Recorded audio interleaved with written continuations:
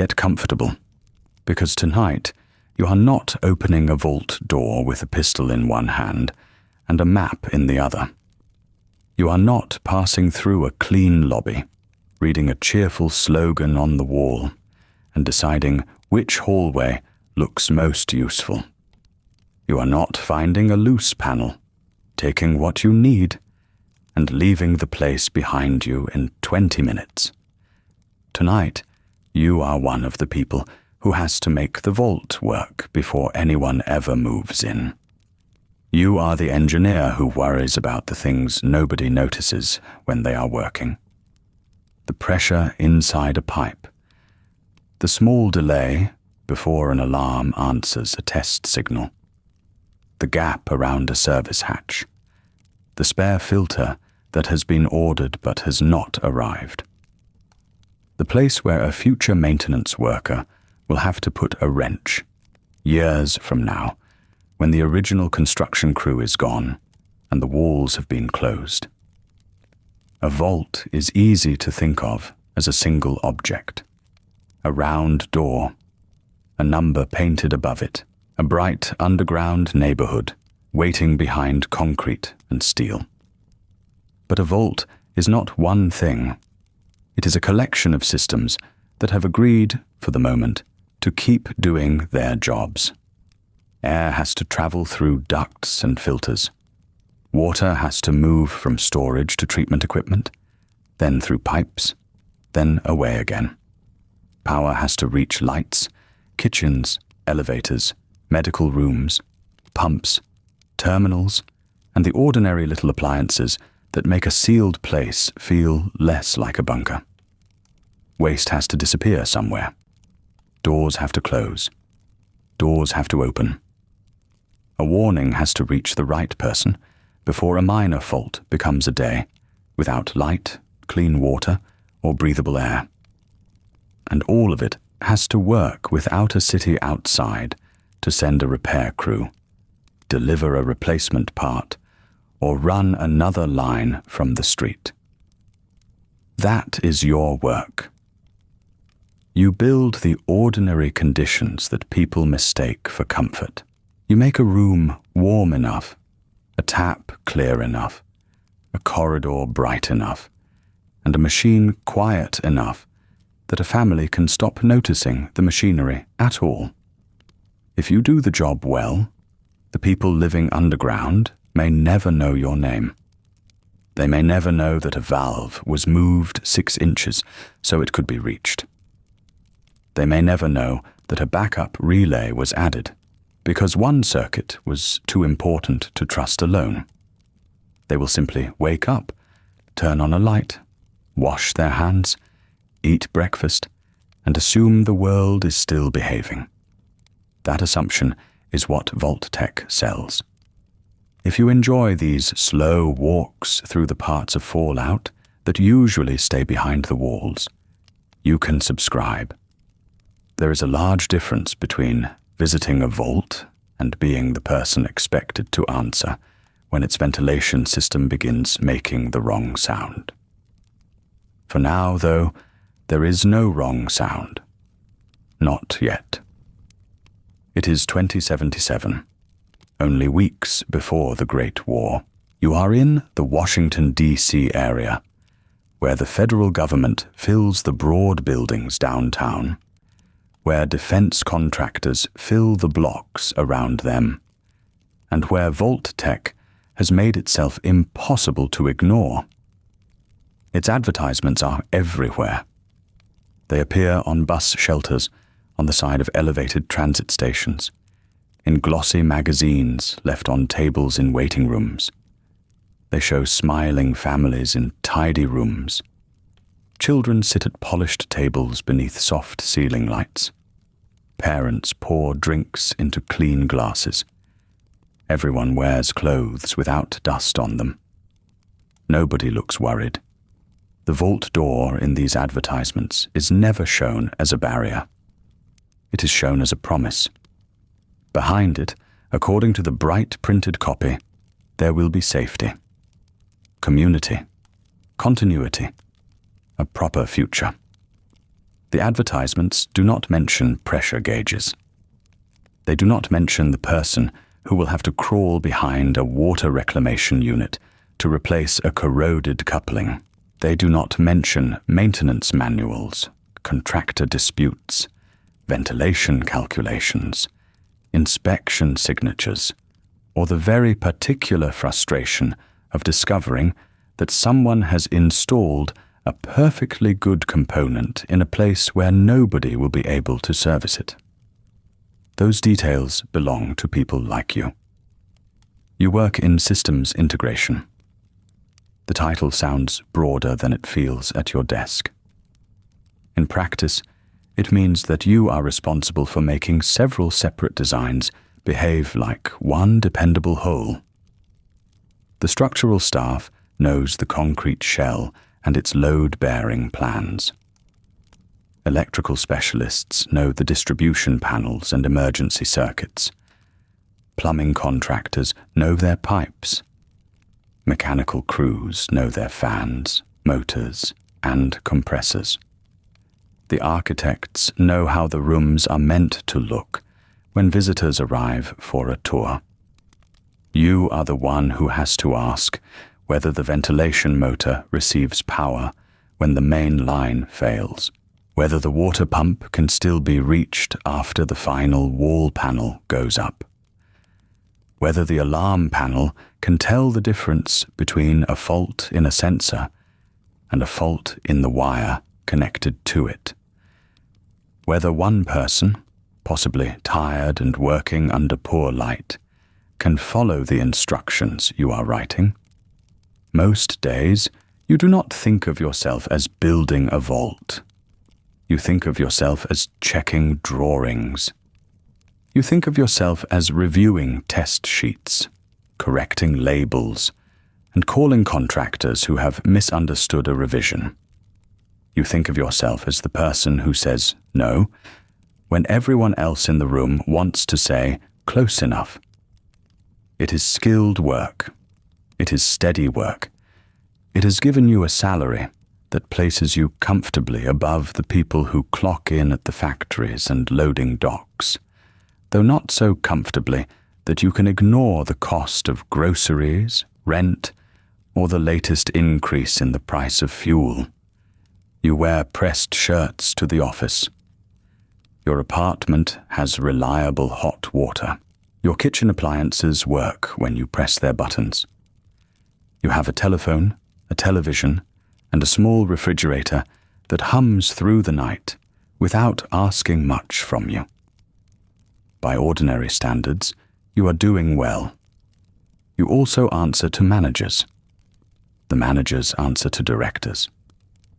The directors answer to corporate officers, government contacts, investors, and contract schedules written months before you ever saw the site. The people above you speak in terms like completion targets, certification windows, client confidence, and acceptable variance. You speak about filters.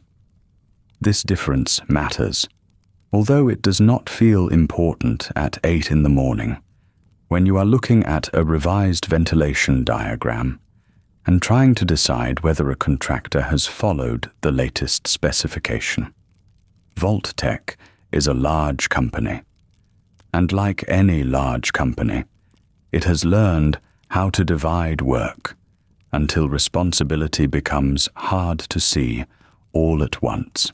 A sales office can promise comfort without knowing the exact thickness of a door seal. A construction office can order materials without reading the operating rules prepared for future residents. A government liaison can discuss civil defense without visiting the utility level of a vault. An engineer can adjust a sensor, approve a pump housing, and leave a note about access clearance without being invited into the meetings where the larger purpose of the project is discussed. This is not unusual, exactly. It is how major projects happen. A bridge is not built by one person who understands every bolt, budget line, survey, and legal agreement. A power station is not built by one person who can explain the turbine, the wiring, the payroll, the concrete, and the permits. Big systems become possible because labor is divided. Each person is given a portion small enough to hold in their hands. The problem is that a person can hold their portion carefully, do everything right, and still have no clear view of what the finished machine is meant to do.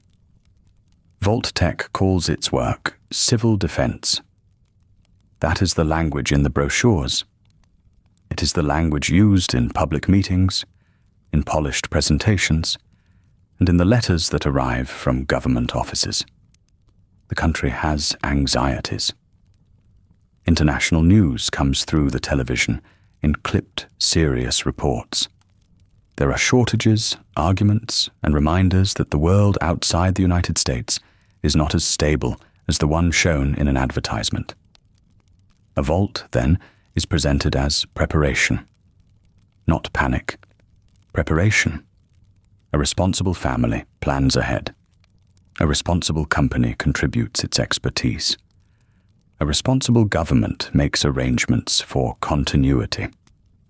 That is the public story, and you have spent enough time around blueprints and equipment lists to find it plausible. A sealed shelter needs engineers. People need air and water. A city built below ground needs careful planning. None of that is difficult to understand. What you do not understand, at least not fully, is why some requests come to you with sections blacked out. You notice this first in small ways. A project packet arrives with an additional access control requirement, but no explanation of what will be stored behind the new lock. A monitoring system is revised so that data goes somewhere other than the local maintenance terminal. A room that was listed as general storage becomes restricted space, and the note attached to the change says only that the room must remain available to authorized personnel. Authorized by whom is not your department's question. Your question is whether the lock can still be opened during a power failure. There are answers for that. There are procedures. There are emergency releases, manual overrides, battery backups, and several forms that require signatures. You are good at these answers. The work makes sense when reduced to its physical parts. A latch either catches or it does not. A fan either turns or it does not. A pipe either holds pressure or it does not. The world of pipes and motors can be demanding, but it is honest. A bad joint eventually leaks. A poorly mounted panel eventually rattles. A filter installed backward will reveal itself soon enough. Materials do not care who signed the contract. Electricity does not respond to a well-made speech. Air does not become clean because a sales representative says it will. That is why you trust the work. You trust the measurements. You trust a checklist more than a slogan. You trust the sound of a properly balanced motor, the smooth motion of a tested valve, and the plain fact that a repair route is wide enough for a person carrying tools. The corporation around the work is harder to measure. Vault-Tec maintains offices in Washington because Washington is where contracts become policy, and policy becomes money. It has relationships with agencies, with construction firms, with suppliers of steel and electronics, with laboratories, with people who appear at meetings carrying slim cases and credentials that nobody in your department questions. The company is growing. New Vault projects create new deadlines. New deadlines create new jobs. New jobs create the impression that the future, however uncertain it may feel on the news, can still be organized. You are part of that organization. You have an identification badge with your photograph, your department, and a strip that opens certain doors but not others. You have a desk in a room with fluorescent lighting and metal filing cabinets. You have a supervisor who knows your work well enough to praise it when a problem is caught early, and who knows the schedule well enough to ask whether you can finish faster next time. You have colleagues who believe in the mission. Some of them are earnest about it. They talk about protecting families, preserving knowledge, and making sure that American communities can continue under difficult conditions. Some talk about the company's stock and the opportunities that come with expansion. Some have no opinion at all beyond the practical one. Vault-Tec pays on time, and technical work is easier to find here than it is anywhere else in the capital. You understand all three positions. There is pride in making something difficult function. There is relief in having a stable job. There is comfort in believing that the thing you are building might help someone. And yet the restricted papers keep arriving. They arrive in stiff folders with instructions that they should not be copied in the usual drafting room. They arrive with a manager's signature already attached. They ask for changes that are technically possible, though not always technically necessary for the version of Vault life shown to the public. You are not asked to approve the policy behind them. You are asked to make the equipment support it. That distinction is about to shape your day. In a few hours, you will stand beneath the ground in a corridor that still smells of fresh sealant and cut metal. You will listen to air moving through a system that has not yet had to keep anyone alive. You will hold a clipboard against a concrete wall and make a note about a connection that needs to be moved. It will seem like a small thing. Most important things do, when they are still only a line in a report. For now, the city is waking around you. Office lights are coming on. Elevators are filling.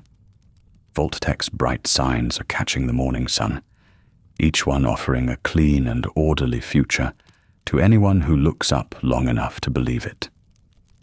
Your alarm sounds before the apartment building's central heat has fully stirred itself awake. It is not an unpleasant sound. Vault-Tec issued the little clock radio as part of last year's employee appreciation package, its cream-colored casing stamped with a blue and gold logo, its dial glowing softly beside the bed. At this hour, it offers a few bars of bright instrumental music, then a calm announcer discussing traffic delays on the outer roads and the possibility of another warm afternoon in the capital. You reach across the bedside table and silence it before the announcer can move on to the morning headlines. The apartment is compact, but it is comfortable in the way pre-war professionals expect comfort to be. There is clean running water. There is a refrigerator that hums reliably in the kitchen. The wall terminal has already begun cycling through the day's notices. The building manager's reminder about laundry hours, an advertisement for a new robot vacuum, a cheerful message from the local grocery chain about fresh produce arriving before noon. The world still has systems that work so routinely that people barely see them. You lie still for another minute, watching the weak light gather at the edge of the curtains.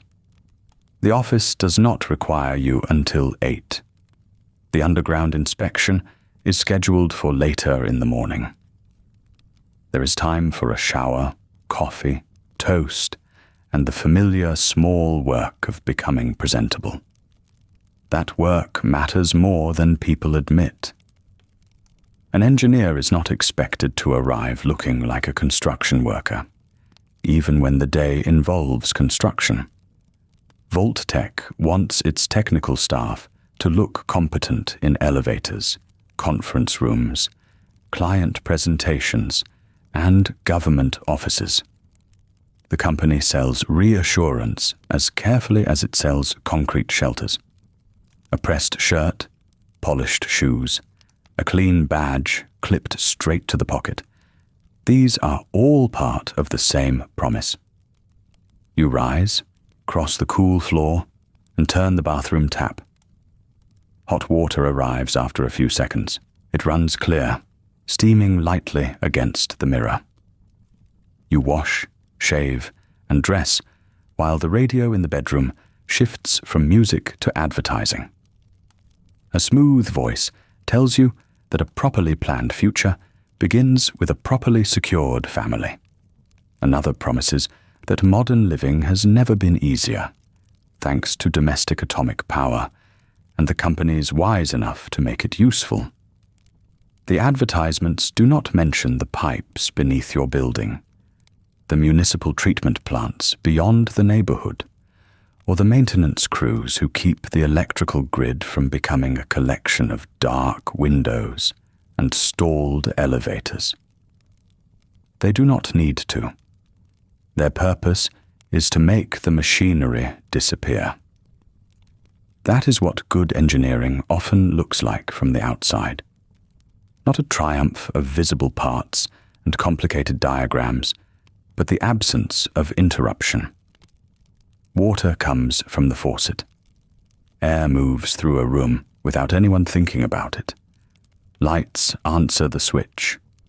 Doors close squarely in their frames. A person can spend an entire morning assuming these things simply happen. At Vault-Tec, you spend your days thinking about what must happen behind the walls to make that assumption possible. Your shirt is pale blue, your tie dark enough to hide drafting room dust, and your jacket has a narrow inner pocket for a slide rule, a pencil case, and the small notebook you prefer to the company's standardized forms. The notebook is not glamorous.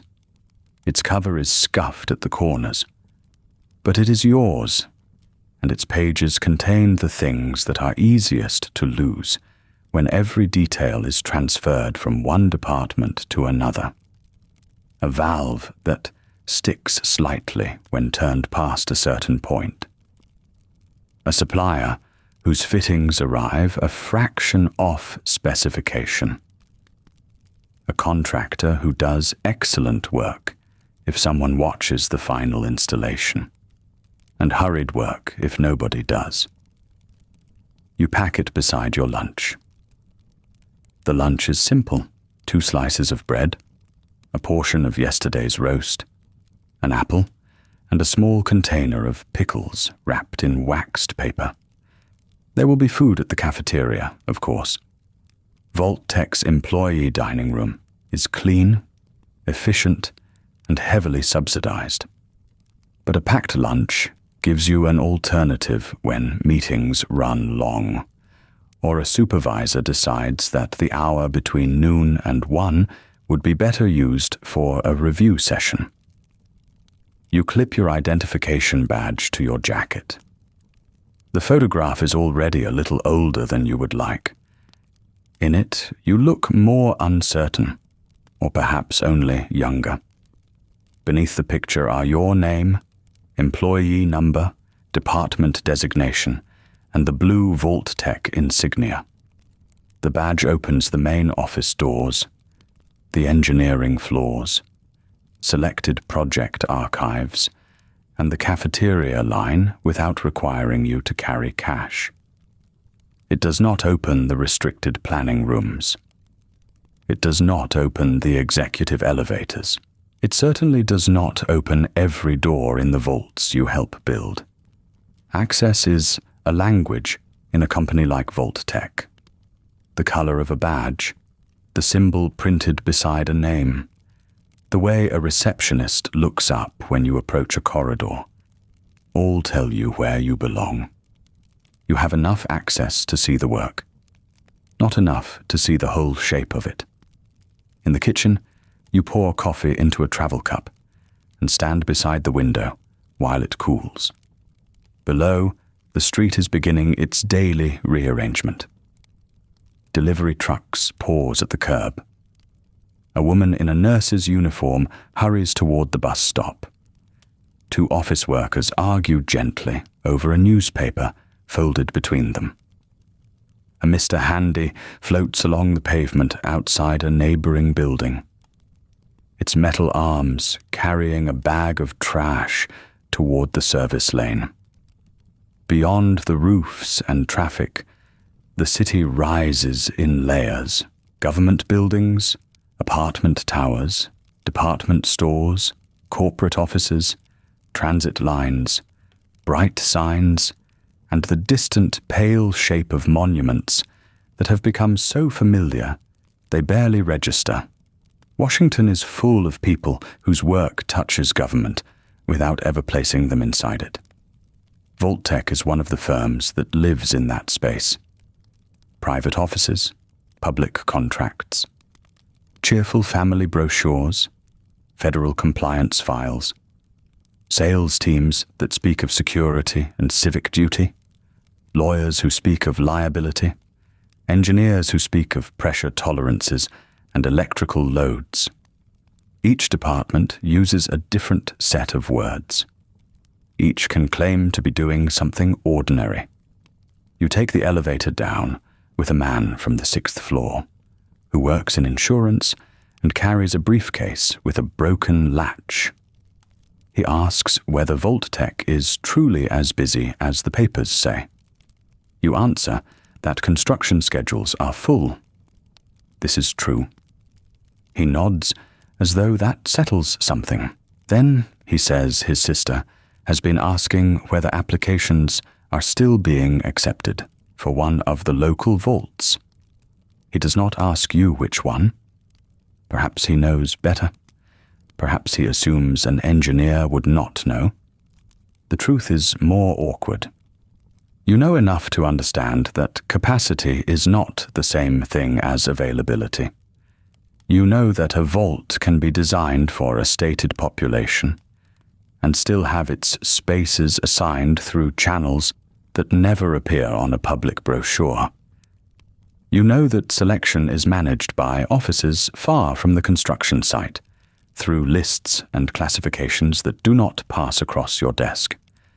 So you offer the answer most people want.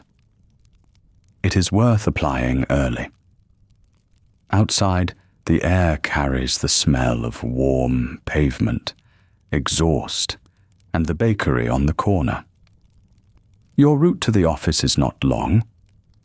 On clear mornings, you prefer to walk part of it before joining the elevated transit line. It gives your mind a few minutes to settle before the phones begin. And someone asks why a drawing revision has not yet been logged. The storefronts are open now. A display window shows a family seated around a spotless kitchen table, while a domestic robot serves breakfast. Another promotes a new model of automobile with enough chrome to catch the sun from half a block away. Above a pharmacy, a billboard shows a smiling child in a bright blue jumpsuit, one hand raised in greeting beneath the words, Vault-Tec, a better future, underground. The child is standing in a room that has never needed cleaning. The room has smooth walls, bright lamps, tidy furniture, and no visible vents. No access panel, no water line, no drain, no emergency shutoff. The illustration makes a vault look like a hotel built beneath a mountain. You know what sits behind those walls. You know the ducts must turn somewhere. You know that filters need replacement, that condensation gathers where temperatures change, that an improperly supported pipe can develop a vibration no brochure will ever mention. You know that every clean communal room depends on utility corridors where no resident wants to spend an afternoon. Still, the billboard is effective. People walking beneath it look up. Some smile. Others simply keep moving. But their eyes linger for a second longer than they would on an advertisement for soap or cigarettes. The promise is not merely shelter. It is continuity. A vault says that breakfast can still happen, that children can still go to school, that lights can still come on at a fixed hour, that the ordinary sequence of a day might continue even if the world outside becomes impossible to recognize. It is a powerful thing to sell. The transit platform is crowded but orderly. Everyone has somewhere to be, and most have learned the small habits that make a crowded morning bearable. Stand to one side. Keep your bag close. Have your fare ready. Do not block the doors.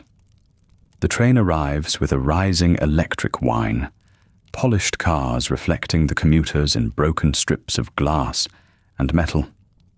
You find a place near a window. As the train moves toward the commercial district, the city passes in fragments. Apartment blocks give way to offices. Offices give way to government buildings, then to avenues lined with restaurants, banks, and showrooms.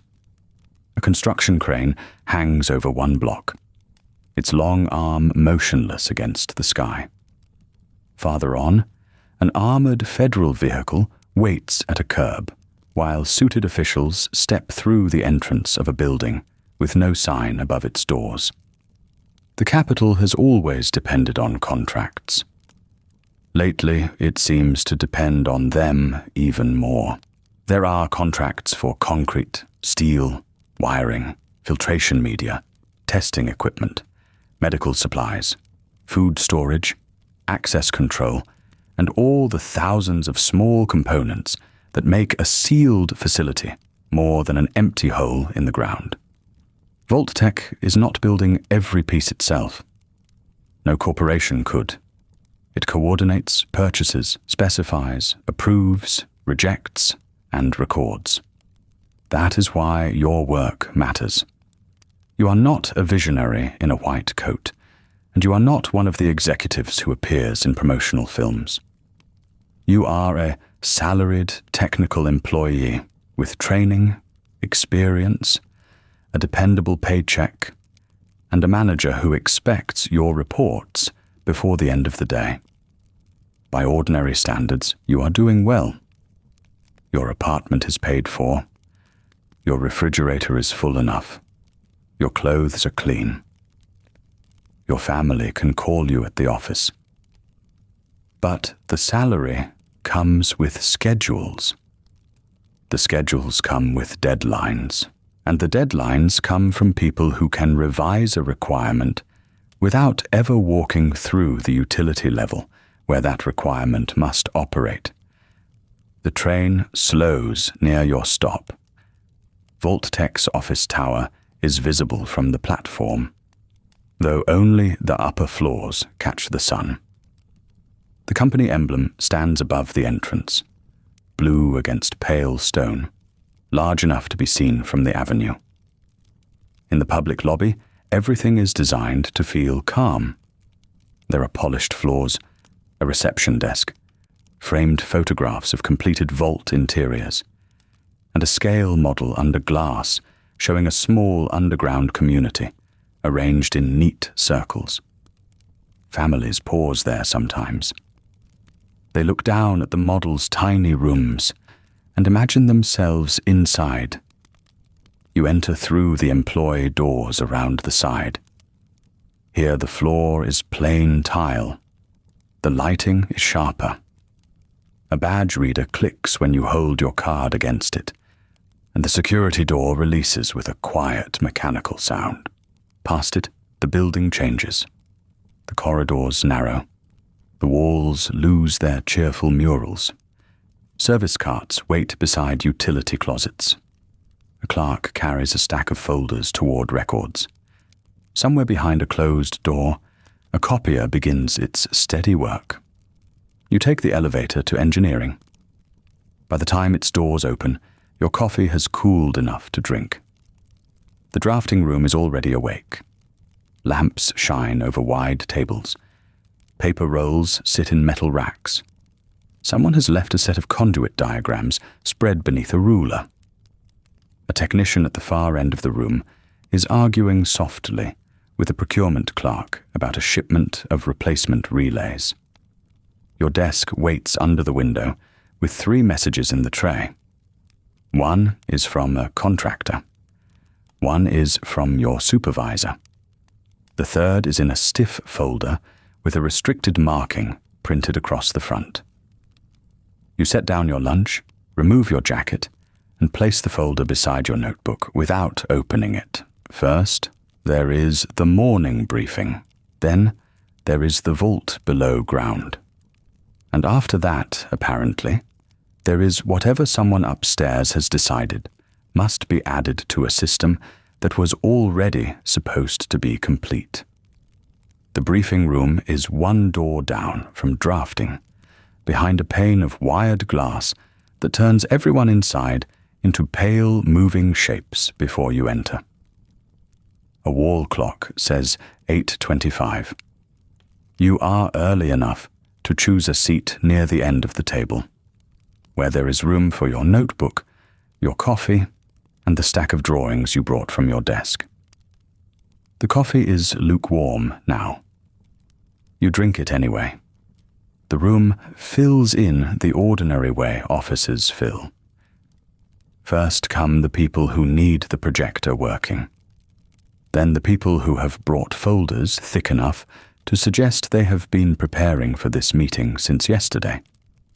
Structural staff arrive with hard cases containing sample fasteners and photographs from the site.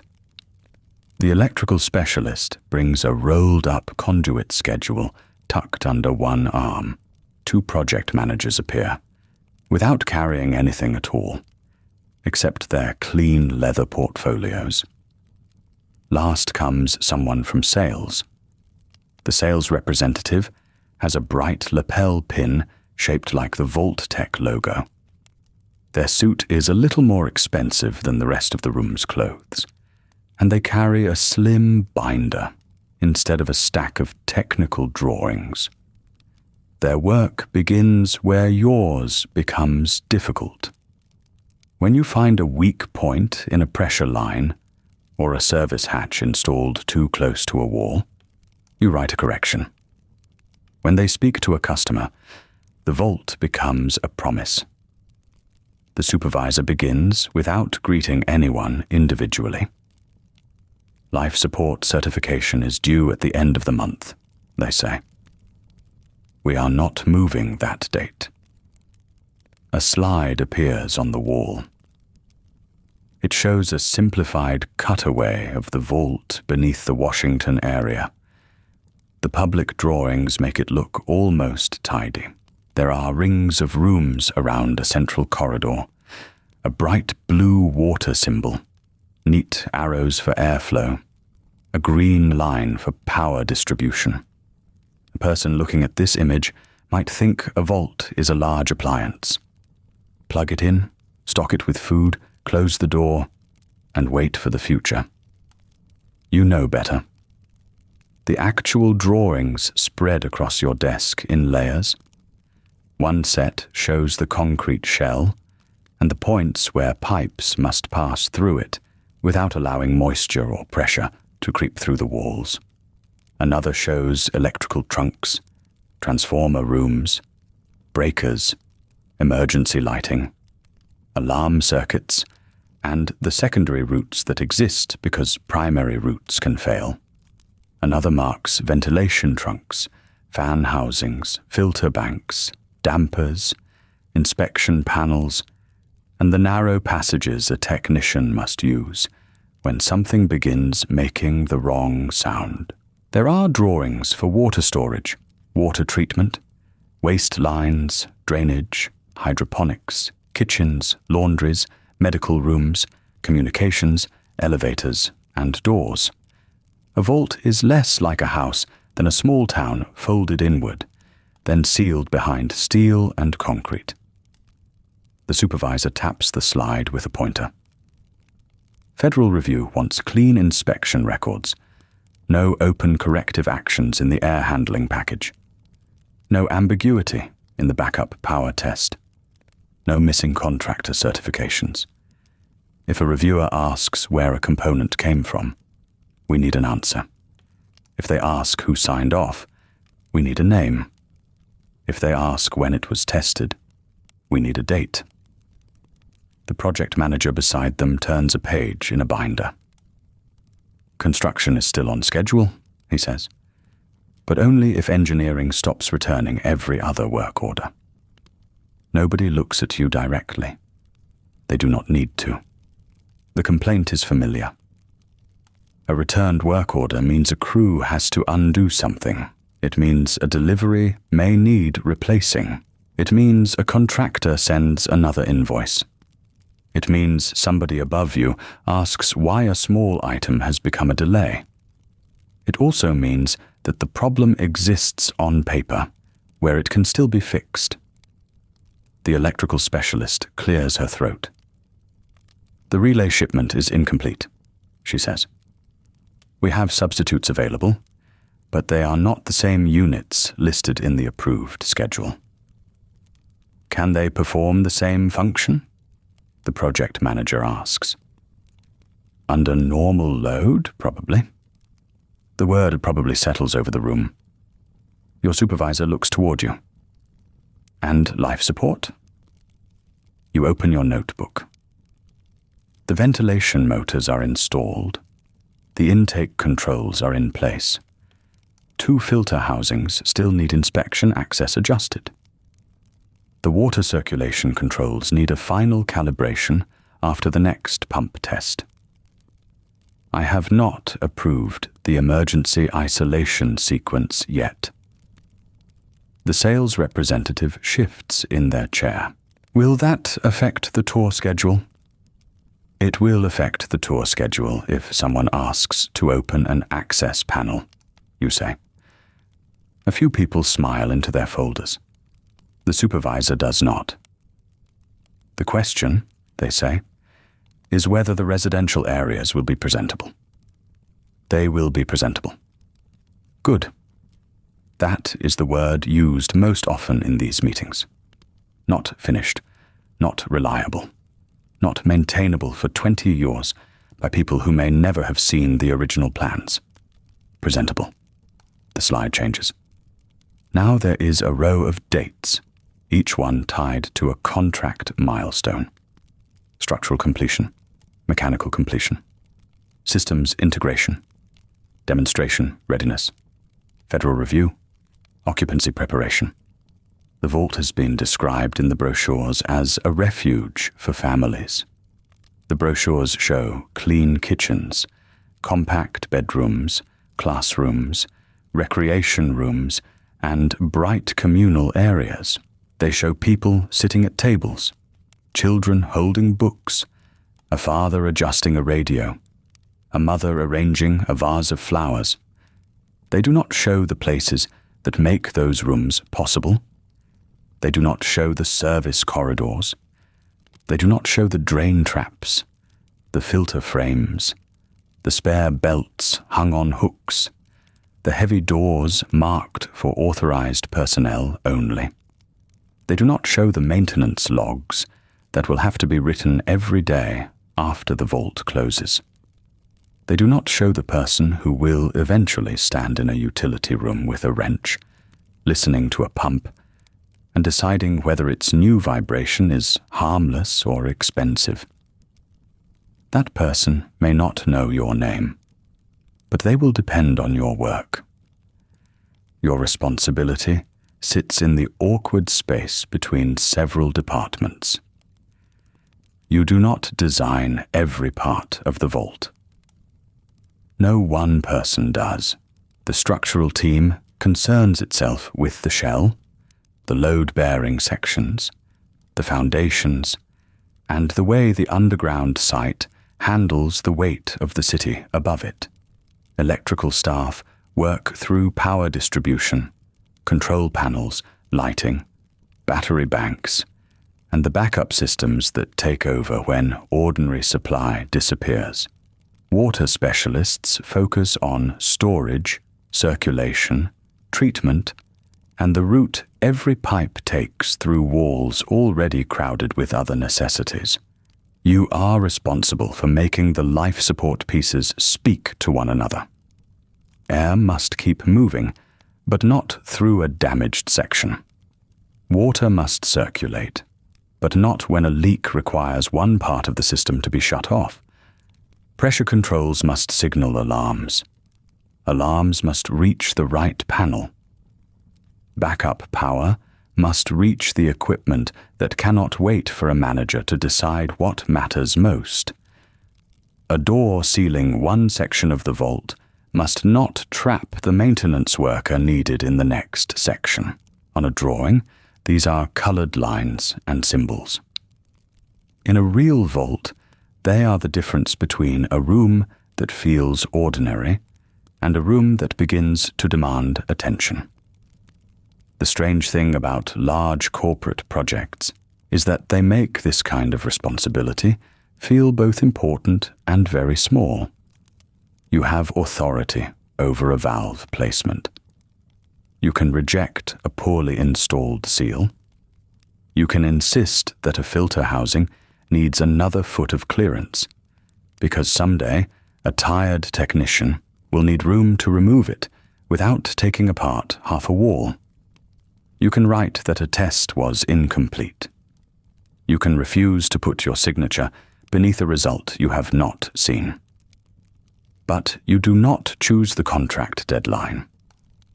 You do not choose the budget that decides which materials are ordered first and which are replaced with something cheaper.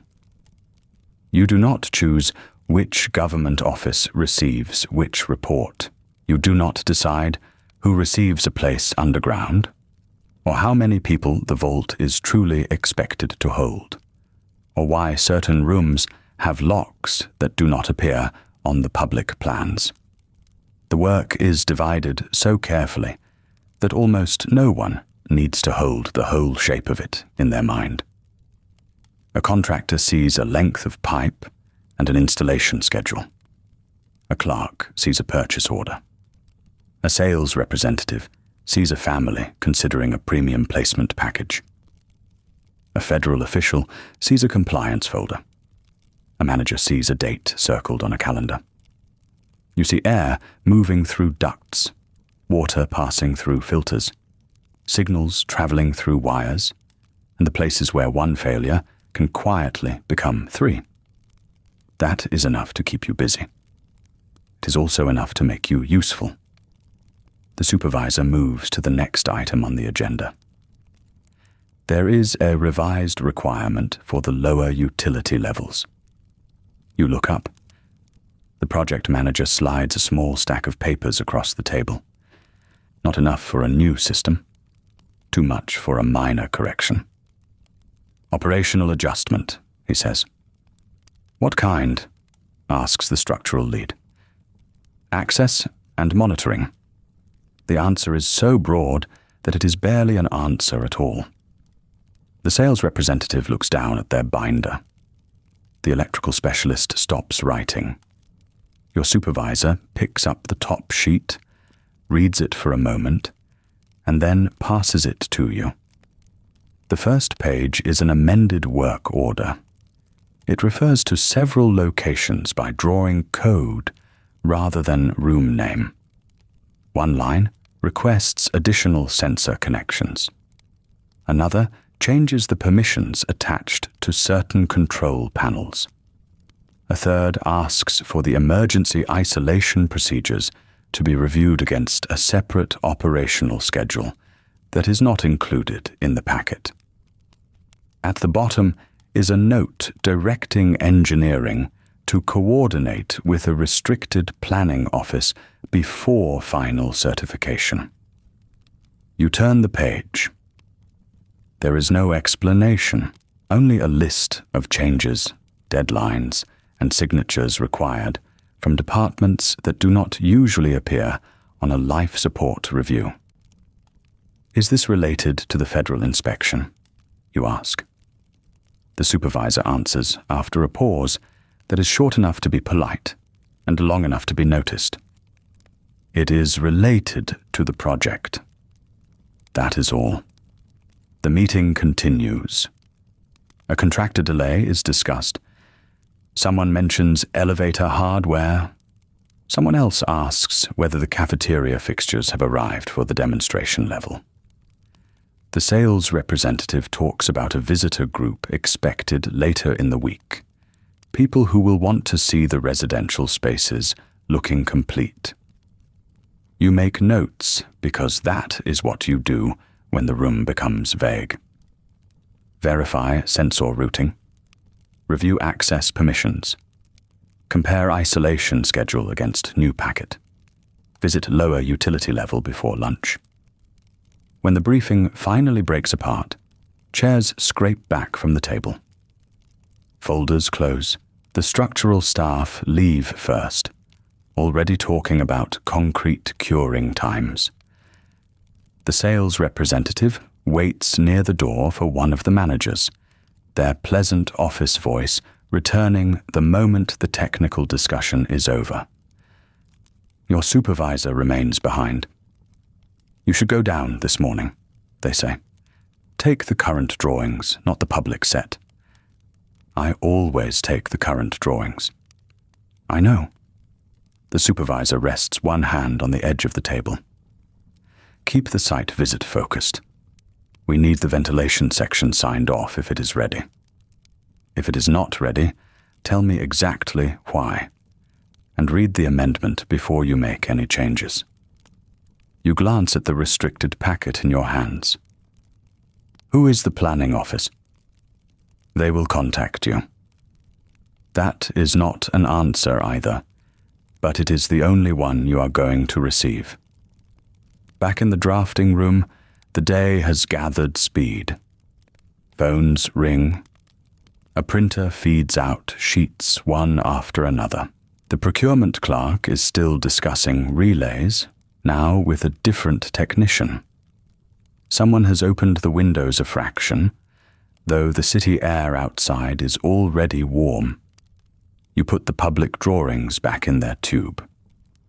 Then you gather the current plans, your inspection notebook, a pencil, a small flashlight, and the contractor message waiting in your tray. The restricted folder goes into your briefcase last. Below ground, the vault is waiting in its unfinished quiet. The ducts are in place. The pumps are nearly ready. The walls have been poured, the doors fitted, the panels mounted. 100 small decisions are still waiting for someone to notice them. You put on your jacket, pick up your badge, and head for the elevator. The elevator carries you down only 3 floors, but it feels like a change of country. Above, Vault-Tec occupies polished offices with bright reception desks, framed posters, and windows facing the traffic of Washington. Below, the building gives up its public face. The walls are plain. The lights are protected by wire guards. A service corridor runs past locked storage rooms and a loading bay where crates of fittings, cable, filter housings, and sealed control units wait beneath stenciled labels. At the far end, a company vehicle is parked beside the freight entrance. The driver knows the route and does not need much from you beyond the address on the work order. You sit in the rear seat with your drawings across your knees, holding the tube steady whenever the vehicle turns. The restricted packet stays inside your briefcase, closed beneath the seat. The Capitol passes by in fragments through the window. A row of shops. A diner with chrome trim. A newsstand whose display is crowded with headlines about foreign negotiations, fuel policy, and the latest promises from the administration. A billboard shows a smiling family in matching blue jumpsuits, gathered around a table in a room that is too clean to have ever held a real meal. Vault-Tec has made the image familiar enough that people barely look at it anymore. The family has a radio. The table has flowers in a small vase. Beyond the room's round doorway, another smiling family appears to be walking through a spotless corridor. There is no dust on the floor. No laundry hangs from a chair. No child has left a toy beneath the table. The picture does not show a pump room, an electrical cabinet, a waste line, or a technician with a wrench. It does not show you. The vehicle leaves the center of the city and moves through a district where construction has replaced most ordinary street life. Fences stand around open lots. Temporary signs direct trucks through one gate and office visitors through another. New concrete rises beside older brick buildings. The country is preparing for something, though few people agree on what that something is. Your destination sits behind a plain perimeter wall with a small guard booth at the entrance. The guard takes your badge, compares it with the day's visitor list, and returns it with a brief nod. The company vehicle rolls through. On the other side of the gate, there is almost nothing impressive to see. That is partly the point. A vault is not meant to announce itself from the road. The visible buildings are administrative, logistical, and temporary. There are trailers for the construction supervisors, a warehouse for materials, a row of worker vehicles, and a paved service lane leading toward an unfinished structure set into a low rise of ground. The entrance machinery is still surrounded by scaffolding. Cranes have already done their work and moved elsewhere. What remains is less dramatic and more exacting. Electricians feed cable through conduit. Pipe fitters carry sections of insulated line. A crew in hard hats guides a metal panel toward an open wall frame. Someone operates a floor polisher near the future public entrance, preparing a surface that will eventually appear on a brochure. You sign in at the site office. The contractor clerk takes your name, checks your badge, and points to a board where the day's work has been divided into colored strips of paper. Each strip represents a system, a crew, a deadline, or a problem somebody hopes will disappear before the next inspection. Ventilation is marked in blue. Water circulation is marked in green. Electrical work is marked in yellow. Security hardware is marked in red. Your own list is shorter than the board makes it seem. You are not here to build the vault with your hands. You are here to decide whether the pieces installed by dozens of other people match the drawings, the specifications, and the promises made in rooms far above the concrete. A maintenance foreman meets you at the service entrance. He has a clipboard under one arm and dust on the shoulders of his coveralls. "Utility levels first?" he asks. "Utility levels first?" He leads you past a temporary partition and through a heavy interior door that has not yet received its finished trim. The sound changes at once. Outside, the construction site is full of open air and scattered noise. Inside, every sound catches against concrete. Footsteps become sharper. Voices travel down corridors. Somewhere deeper in the structure, a motor starts and settles into a steady mechanical note. The vault is unfinished, but it already has its own weather. The temperature is cooler than outside. The air smells of fresh paint, mineral dust, machine oil, and damp concrete that has not fully lost the memory of water. Bare conduits follow the ceiling. pipes cross overhead in grouped runs, each one tagged with temporary labels. Some walls are complete, while others remain open behind removable panels, their wiring and insulation visible before the final surfaces hide them. The foreman takes you through an access corridor not intended for future residents. There are no cheerful wall signs here, no polished furniture, no demonstration rooms. The floor is unfinished and marked with boot prints. Every few yards, a junction box sits open while someone tests a connection. The vault's pleasant public spaces will depend on corridors like this one, though most residents will never know they exist. You stop at the first pressure station. A compact gauge is mounted on a line that feeds one of the circulation loops. The needle rests within the expected range. You compare it with the reading listed in the startup sheet, then with the figure on the installation diagram. The numbers agree closely enough. You write them down anyway. The foreman waits while you inspect the couplings, the brackets, and the clearance around the shut-off valve. You crouch beside the line, run a finger along the edge of the access panel, and find that one fastener has been seated poorly. It is not a dramatic flaw. The panel is secure. Nothing is leaking. Nobody walking through a finished corridor would ever notice. But the panel will need to come off again. It may need to come off in a year, or 5, or 20. A future maintenance worker may be tired, working under poor light, reading instructions from a binder that has passed through several hands. The difference between a cleanly seated fastener and a stubborn one is not much today. Years from now, it can become the difference between a routine repair and a long delay. You mark it for correction.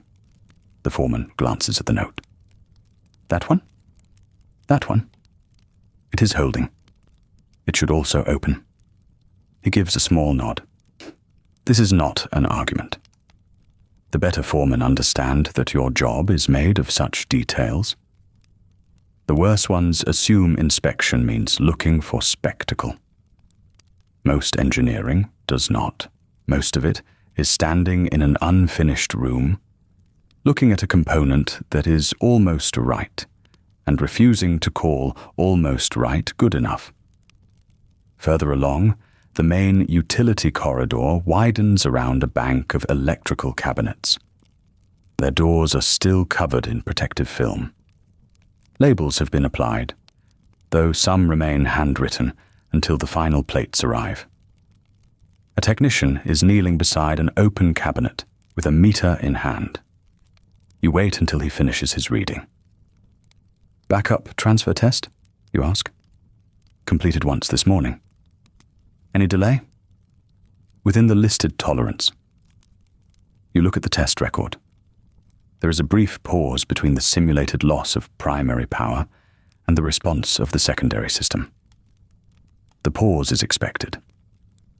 No system moves from one source to another without some interval of decision, switching, and confirmation. What matters is whether the connected equipment can ride through it.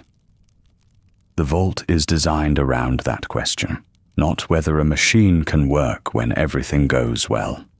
Almost any machine can do that.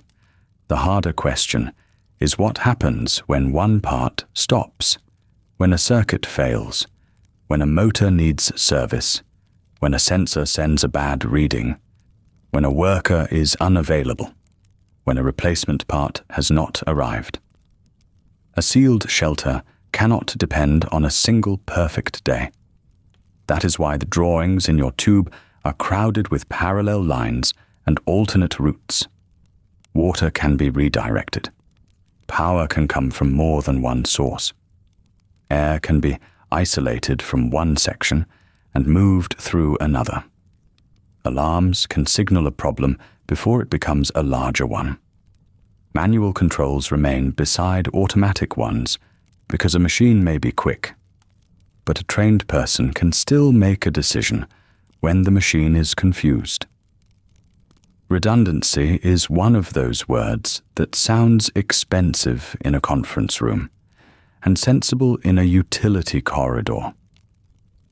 To the public, it means reliability.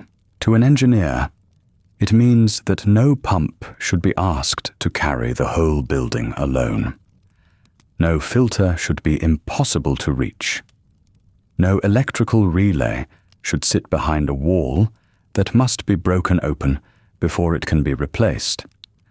No single overlooked fitting should have the authority to decide whether 100 rooms stay lit, dry, or breathable.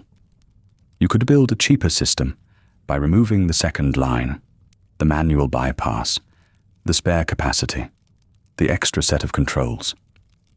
Contractors know that. Purchasing departments know that. Managers know that too.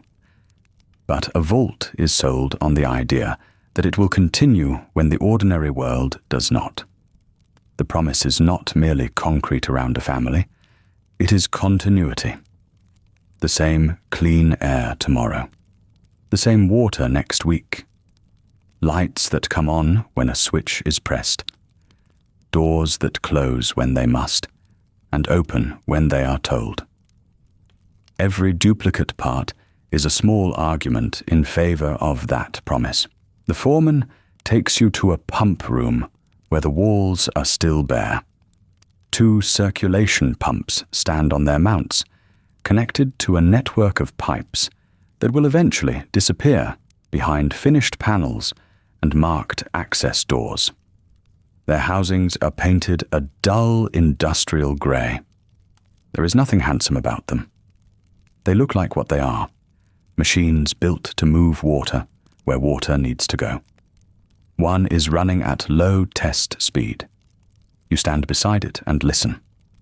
There is no single sound that tells you everything. A healthy machine has a pattern, not a voice. The motor hums. The mounted housing gives off a faint vibration. Water moves through the line with a soft, controlled rush. You listen for irregular knocks, for a scrape where there should be none, for the restless pulse of a line that is carrying more pressure than it should. The pump sounds steady. You check the mounting bolts. You compare the pipe arrangement with the approved drawing. One line has been routed close enough to another that future access would be awkward. Not impossible. Awkward. You make another note. The foreman exhales through his nose. You engineers ever approve anything? Eventually. That is encouraging. When it is right. He smiles despite himself and writes down the correction for his crew. The exchange is light, but it contains the whole arrangement. He has workers to schedule, deliveries to receive, a superintendent asking why yesterday's work has become today's rework. You have a deadline of your own, along with a supervisor upstairs who wants clean inspection records and a completed ventilation section before the next contract milestone. Neither of you is wrong to care about time. Yet time has a strange shape underground. A delayed panel can be fixed this afternoon. A misplaced valve can be moved before the walls are sealed. A poor installation discovered now is a nuisance. The same installation discovered after the vault opens becomes somebody else's problem. Years after your name has disappeared into a filing cabinet. You move on before the room becomes too warm from the test equipment. The next corridor is narrower. Large ducts occupy most of the ceiling space, their seams taped and sealed, their branches leading toward residential levels that are not yet furnished. A crew is fitting insulation around one section, while another worker adjusts a support bracket with slow, deliberate turns of a wrench. This is where the vault begins to feel less like a construction project and more like a machine. The concrete shell is only the container. What matters is the circulation within it. Air through ducts, water through pipes, electricity through cable, information through alarms and control panels, waste away from living spaces, supplies through storage rooms, people through corridors and doors, arranged so that the place can be cleaned, repaired, supervised, and lived in. A vault has to keep all of those things moving without the easy support of a city outside. There will be no municipal crew arriving from the street to replace a broken line. No ordinary utility company sending a truck because a neighborhood has lost power. No shop around the corner with a warehouse full of standard parts. Whatever the residents need must either be stored, repaired, rationed, recycled, or made to last. That is why even a minor seal matters. A brochure can show a round door, a pleasant dining room, and a family waving from a clean hallway. It cannot show the narrow strip of material between two joined sections of duct. It cannot explain why a valve must turn without sticking, or why a maintenance hatch needs room for both a person's hands and the tool they will carry. Those are not the parts anyone buys. They are the parts that make the purchase real. You reach the ventilation section just before the corridor bends toward a temporary lift shaft. The foreman points ahead, toward a cluster of open panels and newly installed control units. "That is your blue mark," he says. You take out the current drawings. The public set would show a simplified route, a clean diagram suitable for presentation. These pages are crowded with revisions, notes, reference numbers, and technical marks that tell a different story. They show where the air enters, where it is filtered, where it can be redirected, and where the system must be isolated if one section needs attention. You open your inspection notebook to a fresh page. Then you step toward the ventilation motors, where the work of making a buried city breathe is waiting for your signature. The motors are mounted in a row behind temporary safety rails, each one larger than the last piece of machinery you inspected downstairs. Their housings are painted a practical grey. Conduit runs above them in straight lines, not yet hidden behind finished panels. The floor is bare concrete, powdery at the edges from recent drilling. A technician is waiting beside the first control cabinet. He has a clipboard tucked under one arm and a screwdriver in his shirt pocket. "Filterbank is seated," he says. "We ran the first cycle this morning." You set your briefcase on a crate and look through the cabinet window. Indicator lights hold steady behind the glass. One green light for normal flow, another for reserve power, a third for the automatic controls that are supposed to change the system's behavior before anyone in the vault has to understand why. The work order calls this portion of the project the Primary Atmospheric Management System. Nobody on the site calls it that. The crews call it air. You begin where you always begin, with the drawings. The installation plan shows an intake route, a filter chamber, the main circulation trunks, and the smaller branches that will eventually serve sleeping quarters, medical rooms, classrooms, storage spaces, and the overseer's office. There are return ducts as well, drawing used air back through the system, so it can be cleaned, cooled, warmed, or redirected. The lines on paper look calm, They have none of the weight of the actual thing.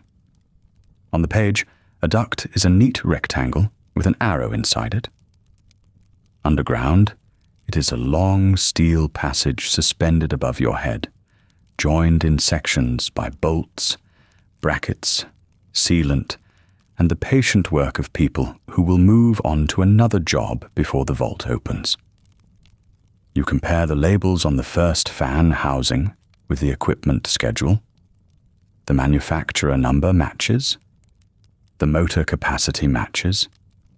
The reserve unit is present, positioned beside the first one, with enough clearance for a future technician to remove a panel and reach the coupling.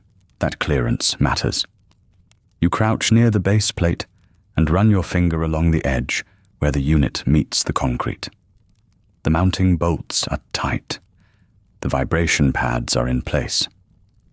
A motor that shakes itself loose over years is not a dramatic failure. It begins as a noise, perhaps. A faint rattle beneath the ordinary sound of ventilation. Then a worn fitting.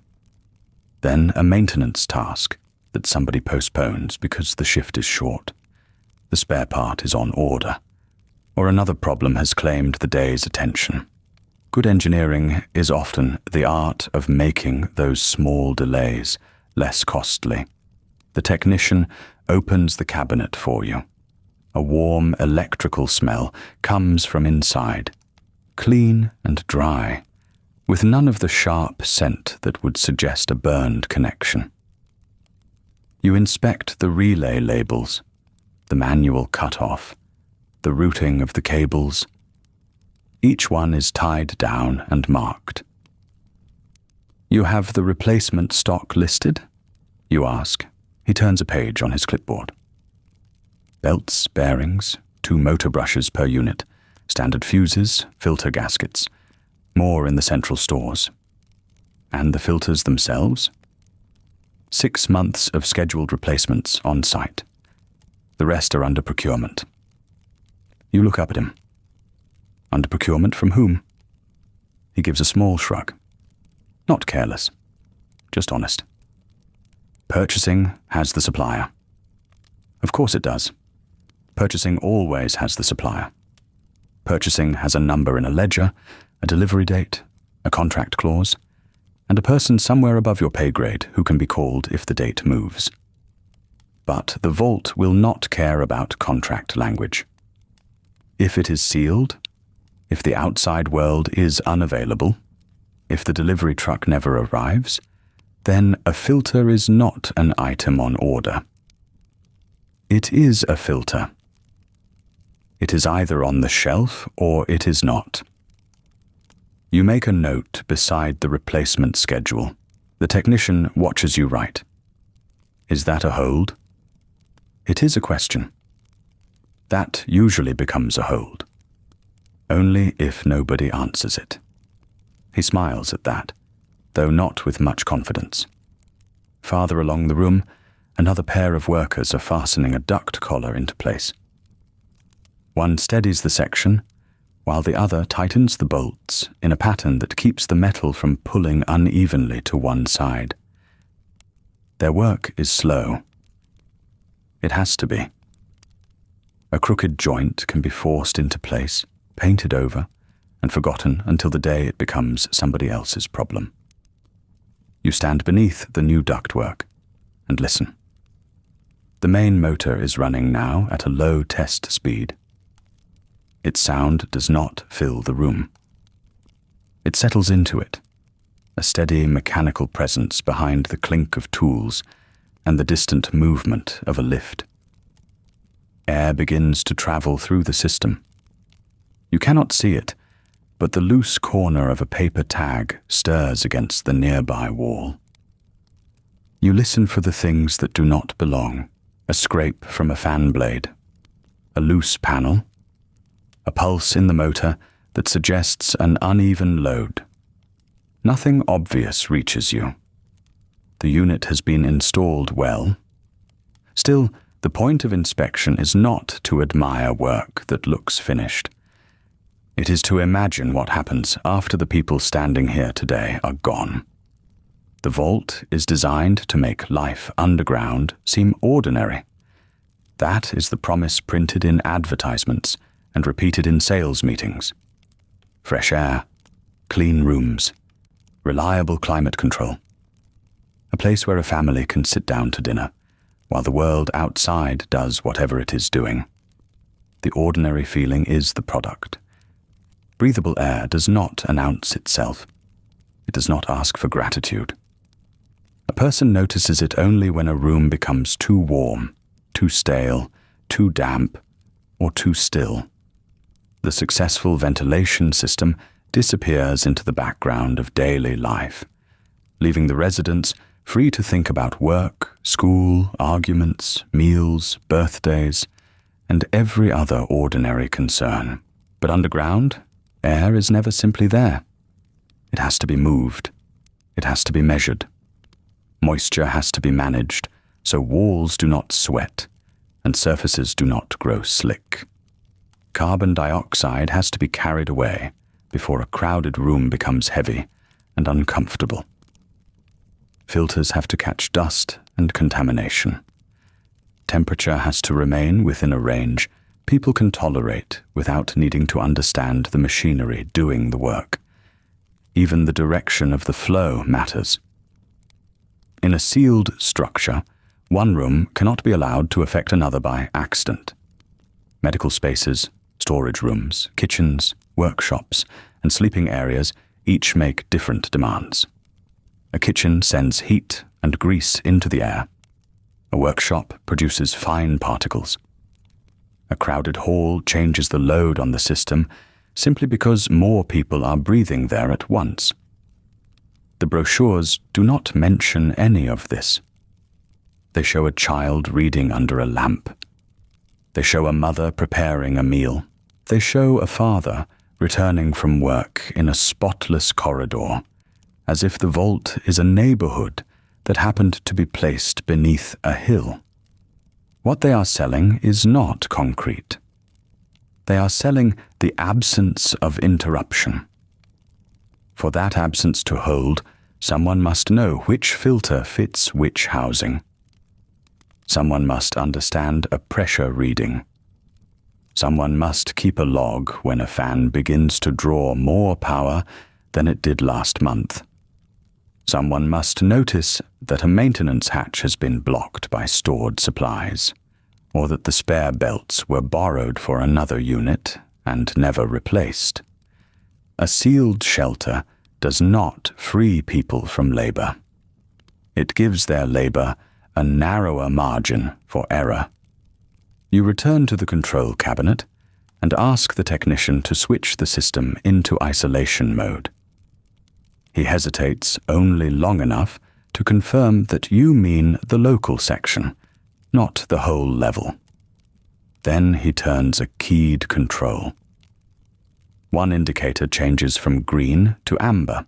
Dampers begin to move inside the ductwork, hidden behind access panels. The sound of the main fan shifts as the load changes. On the diagram, the isolation procedure is represented by 3 symbols and a note. In the room, it takes coordination. One person at the controls, another near the dampers, a third watching the pressure gauge. You follow the reading as it settles.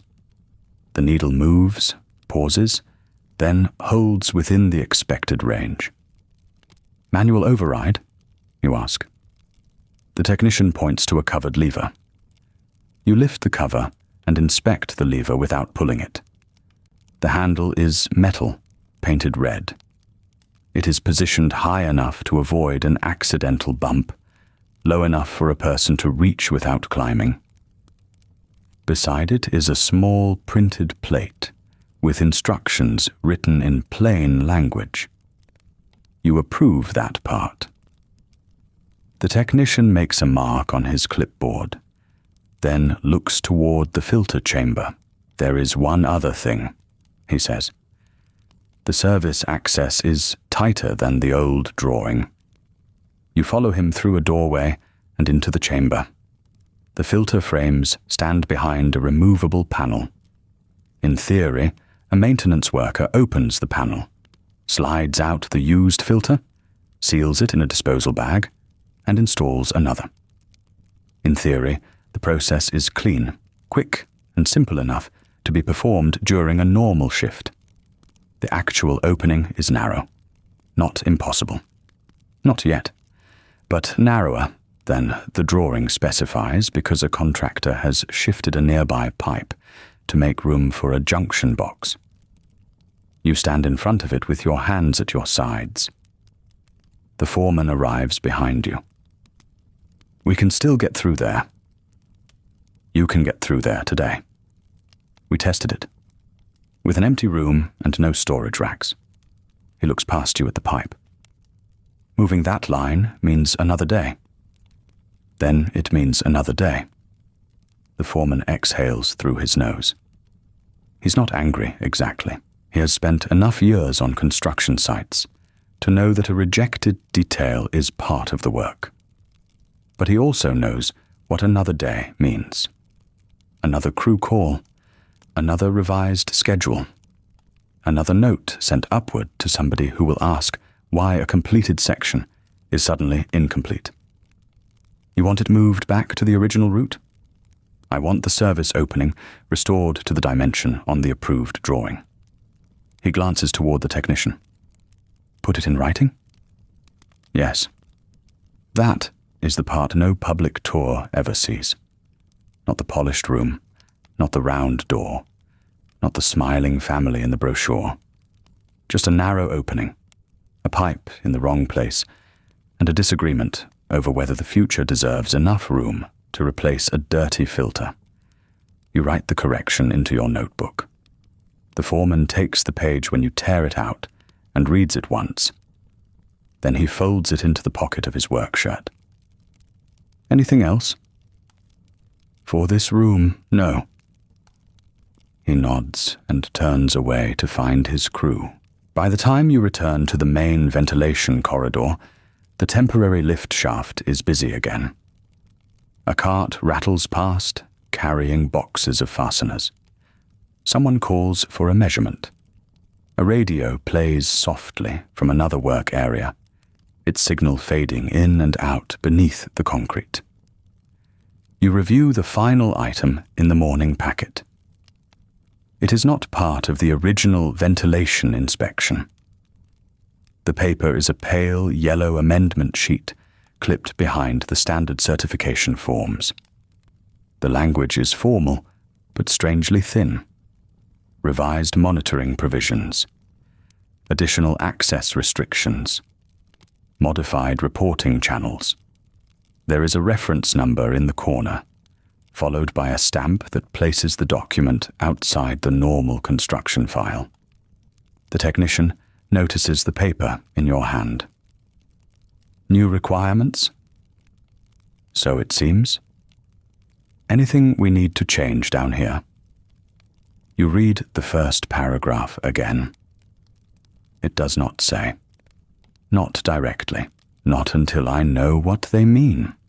He accepts that answer because there is nothing else to accept. On a site like this, instructions arrive from above in sealed envelopes, revised drawings, and meetings that some people attend while others remain at their stations. You put the amendment back into the packet. The ventilation system is running in normal mode once more. The green lights have returned. Air moves through the unfinished vault, passing over bare floors and open walls, through rooms that do not yet have chairs, curtains, dinner tables, or people. For the moment, it is only machinery doing what you asked it to do. You sign off on the completed section, but keep the filter access marked for rework. Then you close your notebook, pick up your briefcase, and look toward the lift. The mandatory meeting is upstairs, and whatever the new requirement is, it will soon have to become something you can draw, inspect, test, and leave behind inside the walls. The lift carries you upward with a slow, mechanical shudder, past the level where raw concrete gives way to painted walls, then past the service entrance, where the construction site meets the company building above it. By the time the doors open, you have put the amendment sheet back inside its folder. It is still there. You can feel its stiff edge through the leather of the briefcase when it rests against your leg. But upstairs, the air is warmer, the carpet is clean, and the nearest thing to a pressure alarm is the soft chime from an elevator arriving down the hall. The employee cafeteria is 2 floors below the executive offices. Vault-Tec calls it the Continental Room, which makes it sound less like a place for hurried lunches, and more like a hotel dining hall in a city that expects to remain important forever. A wide window looks out toward the Washington streets. From here, the capital seems orderly. Traffic moves in neat streams between tall buildings. A monorail glides along its elevated track.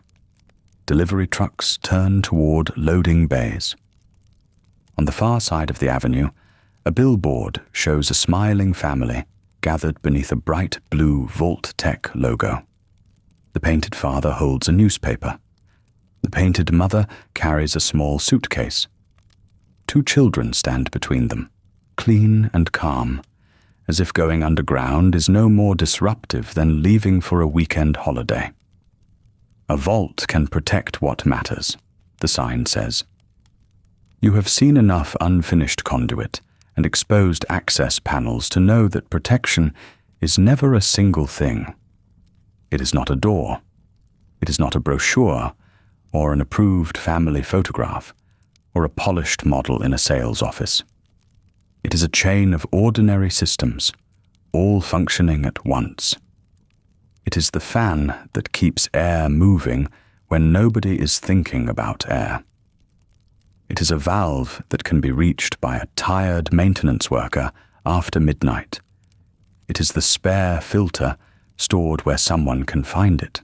It is a pipe joint that does not leak because a contractor took the time to install it properly, and because another person took the time to look at it afterward. At the cafeteria entrance, you hand over your badge to the woman at the register. She slides it through a reader, then gives it back with the practiced smile of somebody who has seen 1,000 employees arrive hungry and distracted. The room is full without being crowded. Engineers in white shirts sit with sleeves rolled to the forearm. Clerks eat soup from ceramic bowls while keeping one eye on the paperwork beside their trays. Sales staff occupy a long table near the window, their jackets still on, their voices pleasantly loud. A few contractors remain in work clothes, though they have brushed the dust from their boots before coming upstairs. Behind the serving counter, a machine turns out coffee in paper cups. There are sandwiches wrapped in clear film, bowls of fruit, hot trays of vegetables, and a daily special listed on a backlit board. You choose the special because it is quick. A plate of sliced roast, potatoes, green beans, and a roll arrives on a tray with a cup of coffee and a small carton of milk. Nothing about the meal feels remarkable. That is the point. The food is warm because a kitchen receives its deliveries on schedule.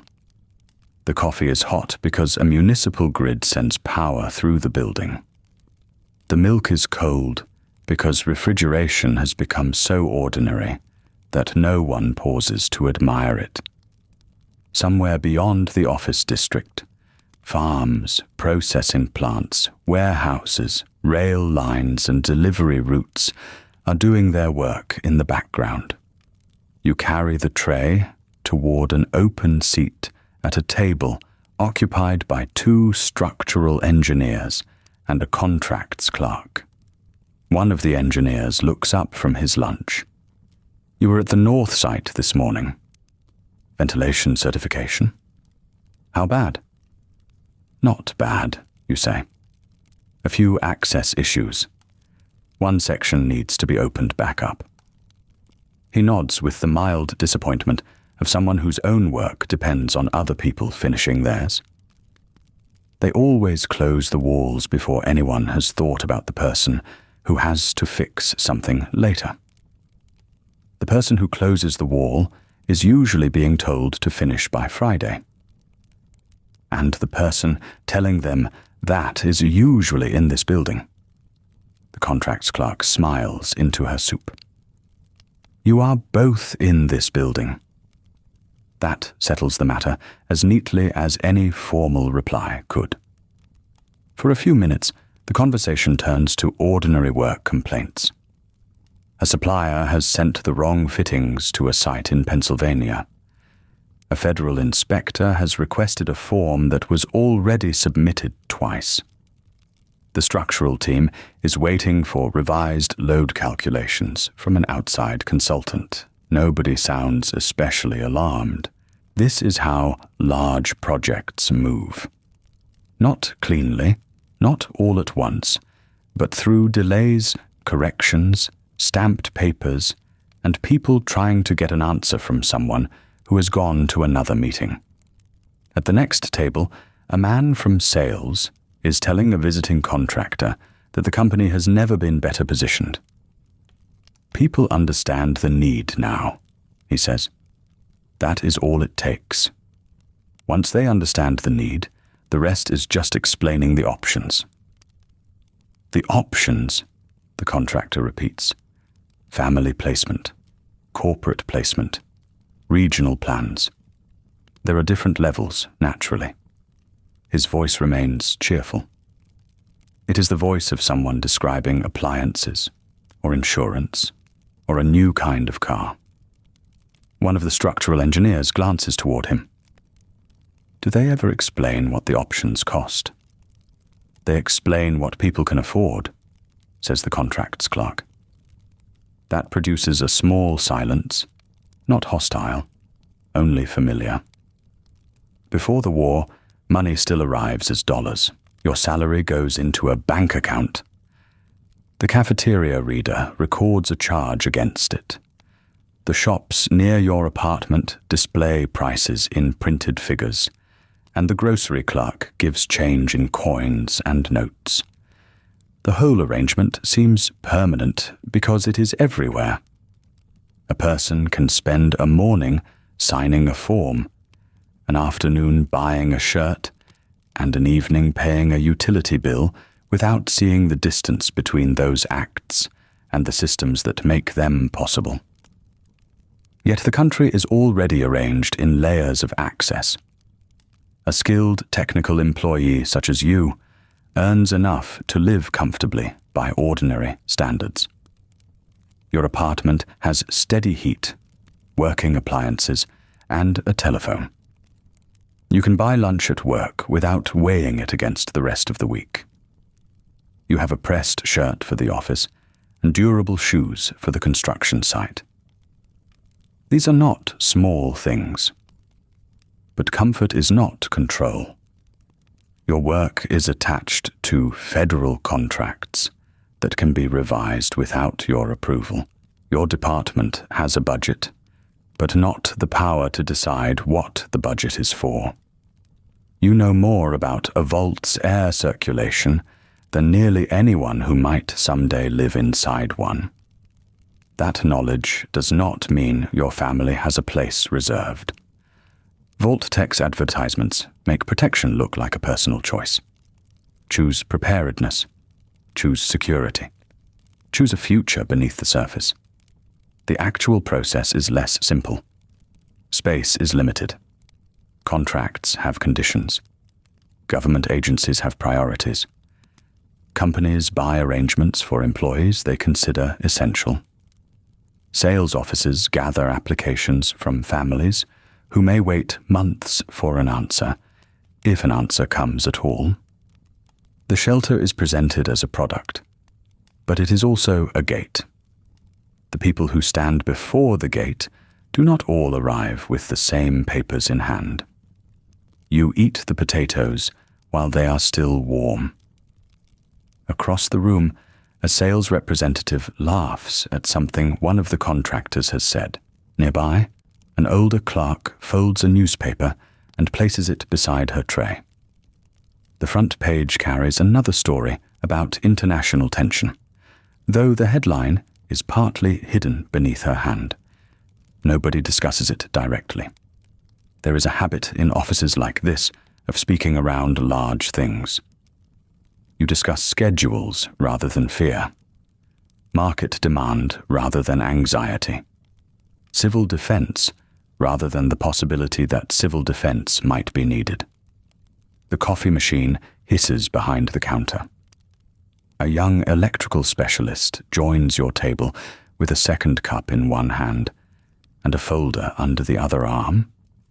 He has the look of someone who came down intending to eat and remembered halfway there that his work had followed him.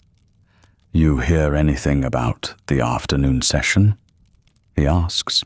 The contracts clerk shakes her head. "Only that it is mandatory." Mandatory for whom? Anyone whose badge opened the meeting notice. That is reassuring. "It is not meant to be reassuring," says the structural engineer. The electrical specialist sits beside you and opens his folder just enough to peer inside. "I got a revised request for additional monitoring lines. No explanation. They want isolated reporting capacity, but they do not want it visible in the standard operations diagram." You set down your fork. "Which site?" He gives the designation quietly. "It is the same vault." "Did the request come through engineering?" you ask. "Corporate planning. Routed through my supervisor. There is a classification stamp I have not seen before." He closes the folder. For a moment, all you can hear is the cafeteria around you. Plates touching tables. The low whir of the air system. A chair scraping over tile. The ordinary sounds of an ordinary lunch hour. Then the contracts clerk says, "Maybe it is a government requirement." "Maybe," the electrical specialist says. Nobody presses the point. An answer without evidence would only make the uncertainty louder. You finish the meal, though the food has lost some of its appeal. The coffee is still hot. You drink it anyway.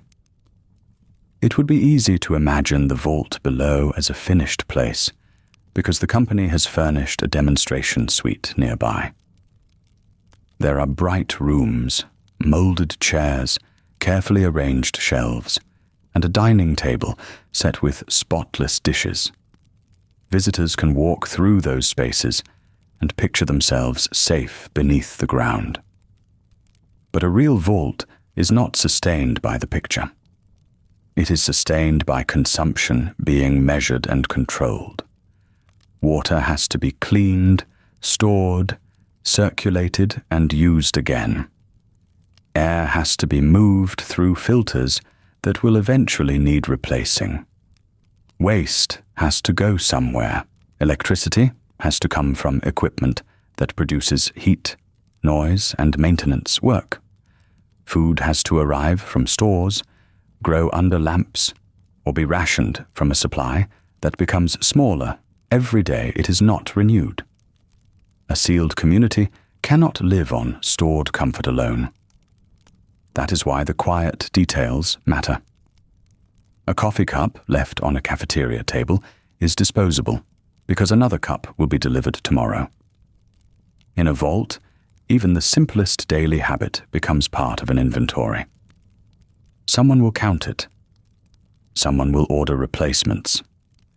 Someone will decide whether the supply is sufficient. You have spent years learning to think in those terms.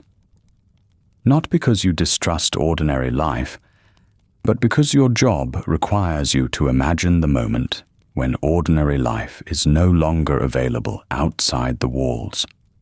The thought should make the work feel important. Most days, it does.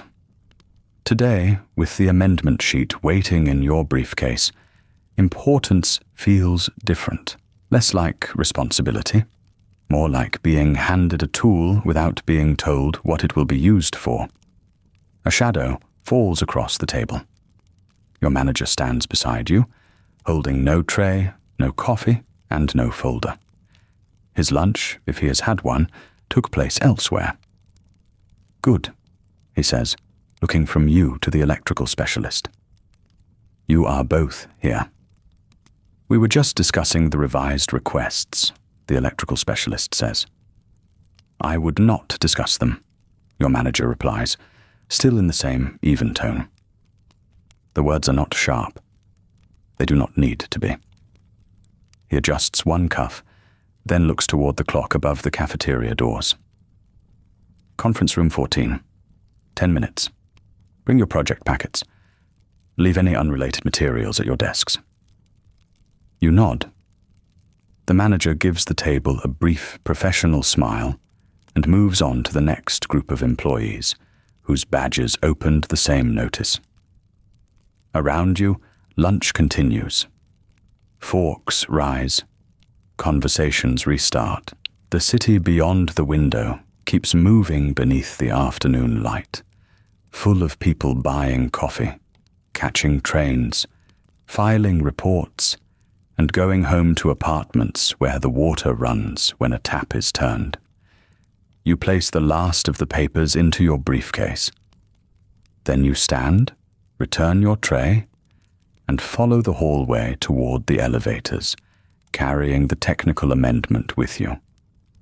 The elevators carry you above the cafeteria, above the drafting floors, above the offices where sales representatives keep their bright brochures in wall racks and speak in measured, confident voices about continuity, comfort, and family preparedness.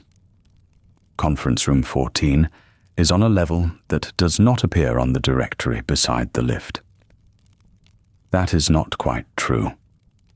There is a number beside the elevator button, and the button works when your manager presses it with his badge. But on the polished brass board in the lobby, the floor is simply absent. The list moves from executive administration to records storage, with nothing between. The doors open onto a carpeted corridor without windows. The lighting is softer here. The walls are the same pale color as the rest of the building. But there are no promotional posters, no scale models of smiling families beside miniature vault doors, no framed photographs of construction crews breaking ground. There are only closed doors, each with a small metal plate and a reader set into the wall. Your manager walks ahead without looking back. You follow with the electrical specialist, the project packet held flat against your side. The packet feels heavier than it did in the cafeteria. It contains only a few revised pages, a maintenance schedule, a diagram of a control panel, and the ordinary forms that travel with any engineering change. Yet you have spent enough years around plans to know that a short revision can alter an entire system.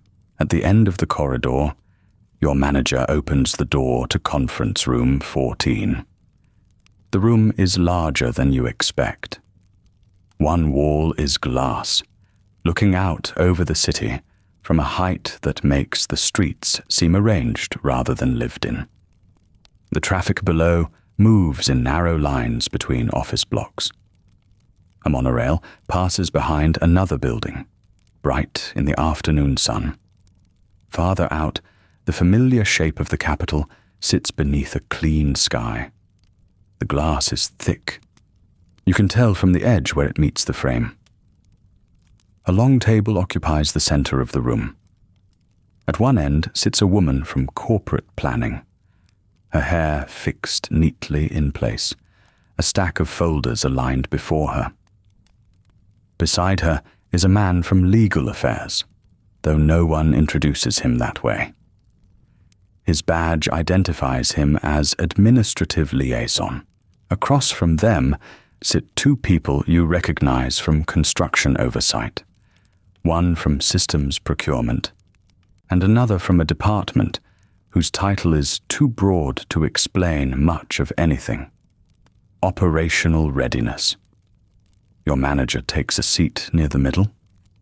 You and the electrical specialist sit farther down the table, where technical staff usually sit when the meeting is meant to be led by someone else. There is coffee in a silver pot near the wall. No one gets up to pour any. The woman from corporate planning waits until the door closes. "Thank you for adjusting your schedules," she says. "We will keep this focused." Her voice is practiced, pleasant, and flat enough that it does not invite interruption. A folder slides across the table toward you. The cover bears the Vault project number, the federal contract reference, and a new classification stamp. You recognize the project code. It belongs to the facility you inspected that morning.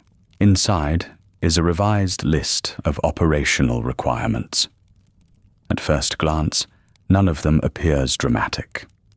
There are changes to monitoring channels, new access permissions for certain control terminals, a separate reporting line for maintenance logs related to ventilation, water circulation, and internal alarms, a request that specific areas of the vault be able to operate under different access conditions from the main residential sections. You read the phrases twice. The language does not say why. It says that the changes will support enhanced operational observation. It says that certain data must be retained and transmitted through approved channels. It says that manual overrides are to be restricted to designated personnel. It says that the certification schedule remains unchanged. The electrical specialist turns one page, then another. "Is this a security requirement?" he asks. The woman from corporate planning folds her hands. "It is an operational requirement." "For whom?" he says. "For the client," says the administrative liaison. The answer does not settle anything. Vault-Tec has many clients. There are federal agencies, military offices, municipal partners, private subscribers, and internal departments whose names appear only in initials on a distribution list.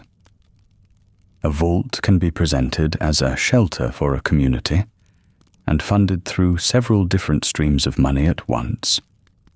The paperwork is built to make that arrangement sound ordinary. You look down at the revised ventilation diagram. A new sensor bank has been added to the air handling system. It is not part of the standard safety package. The public version of the project specifies temperature monitoring, pressure variation, filter condition, and carbon dioxide levels. This new bank gathers more information than the system needs to keep a room breathable. The woman notices where your finger rests on the page. "That component will be installed by a separate contractor," she says. "Your responsibility is integration." "Integration into what system?" you ask. "The existing environmental controls." "I understand that, but the equipment changes the maintenance procedure. Whoever services the unit will need access. They will receive the appropriate instructions. And if the system fails, the emergency configuration remains available." You glance at the diagram again. The emergency configuration remains available, but only after a sequence of permissions that did not exist in the morning. The administrative liaison speaks for the first time in several minutes. Your task is not to evaluate the policy rationale. Your task is to ensure the engineering is sound.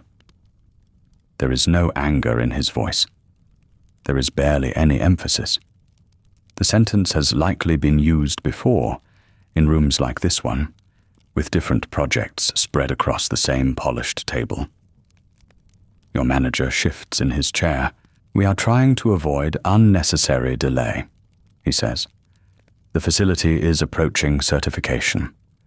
Any concerns should be framed in terms of installation, reliability, and compliance." That is a useful instruction. It tells you exactly which questions have an answer and which questions do not. So you ask the questions that fit. Will the new sensors require separate power conditioning? "Yes," says the procurement representative. "A dedicated backup circuit has been approved." "Will the additional lock permissions affect emergency egress?" "No," says the woman from planning. "The revised protocol has been reviewed." "Who will maintain the data relays?" "A specialized team," says the administrative liaison. "Will the Vault overseer have access to the full monitoring archive?" There is a pause. "The overseer will have access appropriate to their role," the woman says. The electrical specialist writes something in the margin of his packet. You do the same. This is the part of the work that the public never sees. Not the gleaming lobby model, not the wide vault door in an advertisement, not the tidy kitchen in a demonstration suite where every counter is clean and every chair is pushed neatly under the table. It is a room with no windows except the reinforced glass behind the executives. It is a packet of revisions written in language that can survive a legal review without explaining itself to the person who must install it. A vault is sold as a shelter. That is the simple version, the version printed on billboards and played between radio programs. A sealed place beneath the ground, stocked and protected, where ordinary life can continue until the outside world is safe again. The engineering behind that promise is real. The doors must close. The water must circulate. The air must move through filters and ducts. Waste must be processed. Food must be grown or stored. 100 small systems must continue doing their work long after the crews who built them have packed their tools and gone home. But the company does not build each vault as one open, understandable machine. It divides the work. The structural team sees concrete loads, rebar placement, soil conditions, and stress calculations. Electrical staff see circuits, relay panels, battery rooms, and backup generators. Plumbing contractors see pipes, tanks, drains, and access panels. Medical suppliers see inventory lists. Sales staff see household packages, payment plans, and waiting lists. Legal staff see contracts. Government liaisons see compliance schedules and budget codes. Each department receives a portion of the whole. That division is efficient. It keeps large projects moving. It also means a person can spend years doing competent work inside a system whose full purpose is kept beyond reach. You have known in an abstract way that Vault-Tec is more than a civil defense company. Anyone who works here knows there are federal relationships that do not fit on a brochure. Government funding does not arrive without conditions. Restricted files do not exist because someone wants to make filing more difficult. Still, abstraction is easy to live with. A revised valve schedule is not abstract. A lockout protocol is not abstract. A sensor placed in the ductwork becomes a real object that someone must mount, Wire, test, label, and conceal behind a service panel. You do not have to know the entire reason for a requirement to make it function. In fact, the company depends on that fact. The woman from planning turns to the final page in the packet. There is one additional change, she says. The reporting interval for environmental data will be shortened. The electrical specialist looks up. Shortened to what? Continuous collection with scheduled transmission. That will increase load on the communications panel. We are aware. Then the panel needs a dedicated service path. It has been budgeted. He leans back slightly. That was not in the previous revision. No, she says. It is in this one. Your manager gives him a small look. Not a warning exactly. More a reminder of where he is. The electrical specialist lowers his eyes to the page. You understand his irritation? Engineering is supposed to begin with a problem and move toward a solution. Someone identifies a need, states the limits, names the desired outcome, and gives the technical staff enough information to build something dependable. Here, the need is partially hidden. The limits are known only to the people who wrote the amendment. The desired outcome has been translated into phrases like enhanced observation and revised operational permissions. You are expected to make those phrases work. The meeting continues for another half hour. There are dates. There are contractor assignments. There are instructions about which drawings must be replaced and which older copies must be collected. You are told that the amended materials should not be discussed with site personnel unless their work directly requires it. You are told that the public certification documents will remain consistent with the Vault's approved civil defense specifications. That phrase stays with you. Consistent with, not identical to, not complete. Consistent with. By the time the meeting ends, the coffee has gone untouched. The corporate planning woman gathers her folders into a precise stack. The administrative liaison leaves first. The procurement representative speaks quietly to your manager near the door.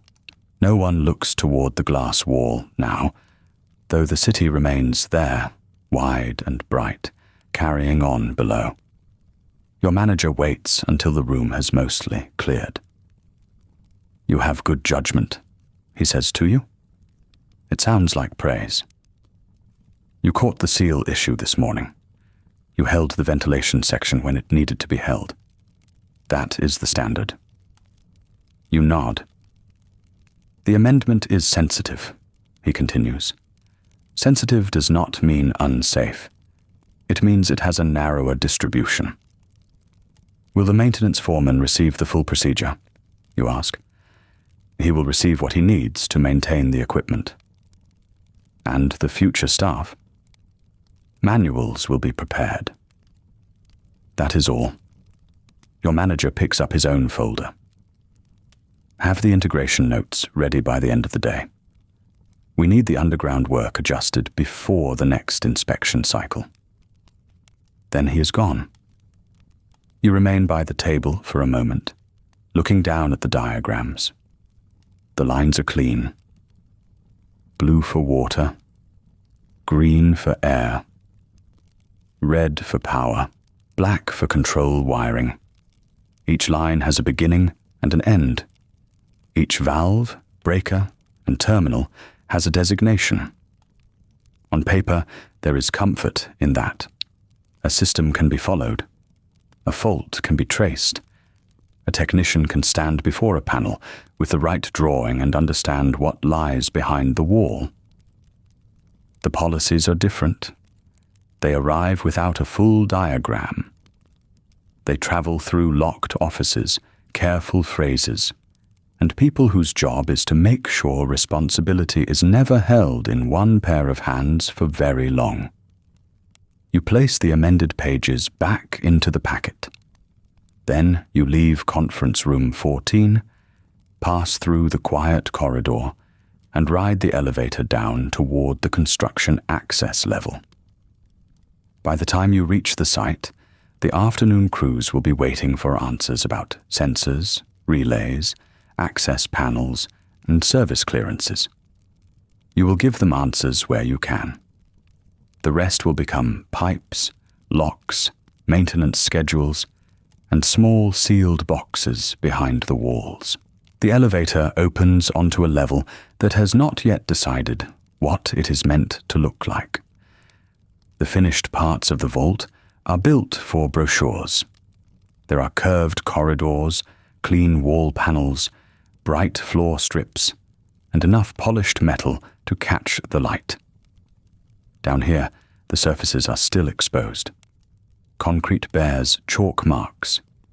Cable bundles hang from temporary hooks. Pipes run openly along the ceiling before disappearing through openings that will later be hidden behind access panels. The water treatment room sits beyond a pair of temporary barriers, marked for authorized personnel only. A contractor has propped one barrier open with a tool case. You move it aside with your foot before entering. The maintenance foreman is already inside, standing beside a bank of storage tanks with a clipboard held against his chest. He is older than most of the crew, with the patient posture of someone who has spent years around machines that announce their problems slowly, if they announce them at all. "Afternoon," he says. "We have the circulation loop charged for testing. Not full pressure yet." You take the latest drawings from your folder and spread them across a workbench. The paper curls at the corners in the damp warmth of the room. A vault can advertise a dining hall, a clinic, a classroom, a comfortable apartment with a view painted onto a wall.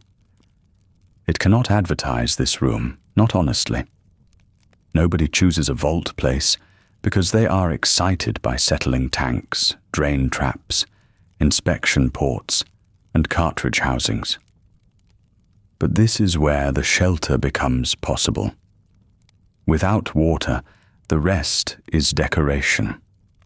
The room is larger than the public plans suggest.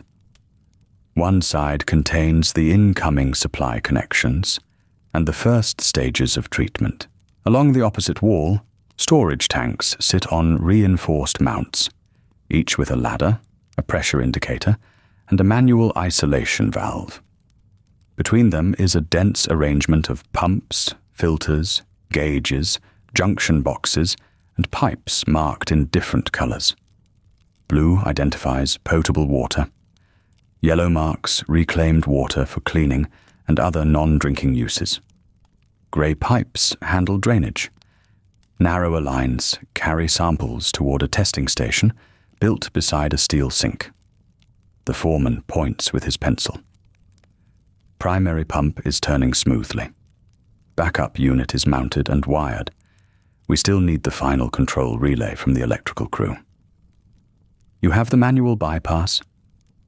Installed yesterday. You walk over to inspect it. The bypass is simple by design. A wheel valve, a lever, a labeled pipe route, and a mechanical indicator that shows whether the line is open or shut. No screen, no automatic controller. No sleek corporate promise that a machine will solve everything by itself. If the control system loses power, someone can still stand here, turn the wheel, and send water where it needs to go. You put a hand on the valve housing. The metal is cool despite the warmth of the room. Make sure the clearance stays open, you say. The foreman glances at the floor. A crate of fittings has been left too close to the wall. I'll have it moved. Not just today. It needs to be clear when this place is occupied. If the valve is blocked by storage, it may as well not be here. He makes a note. This is the sort of point that can sound fussy in a meeting upstairs. A few inches of clearance, a label placed at eye level instead of knee height, a removable panel fitted with fasteners that an ordinary technician can open with ordinary tools. At a desk, those details become annotations. In a sealed shelter, they become the difference between a routine repair and a long, exhausting search through a room full of equipment that does not wait for you to understand it. You begin with the flow figures. The main circulation pump sends a steady volume through the treatment line. The gauge needle holds where it should. Pressure remains within the acceptable range. You compare the reading to the commissioning sheet, then to the number noted by the foreman during the earlier test. Any vibration? You ask. Nothing beyond startup. Noise. Normal motor noise. No chatter. You listen anyway. The pump produces a low, even mechanical sound. It is not pleasant, exactly, but it is reassuring. A healthy machine does not need to prove itself. It keeps a stable rhythm and asks for little attention. Beside it, the backup pump waits in silence. That quiet matters. A system built for a house can sometimes accept a single point of failure. If the kitchen faucet stops working, a family may complain, call a repair service, or carry water from another tap. If a town water line needs work, crews can bring in parts from a warehouse, open a street, and take their time. A vault has no nearby warehouse in any useful sense. Its walls are its boundary. Its maintenance staff work with whatever was stocked, whatever was stored correctly, and whatever can be repaired from components already on hand. That is why redundancy fills so much of your drawings. There are duplicate pumps, alternate power feeds, manual controls beside automatic ones, reserve tanks beside the active tanks, and sampling points placed before and after each major stage of treatment. The company's sales material calls this peace of mind.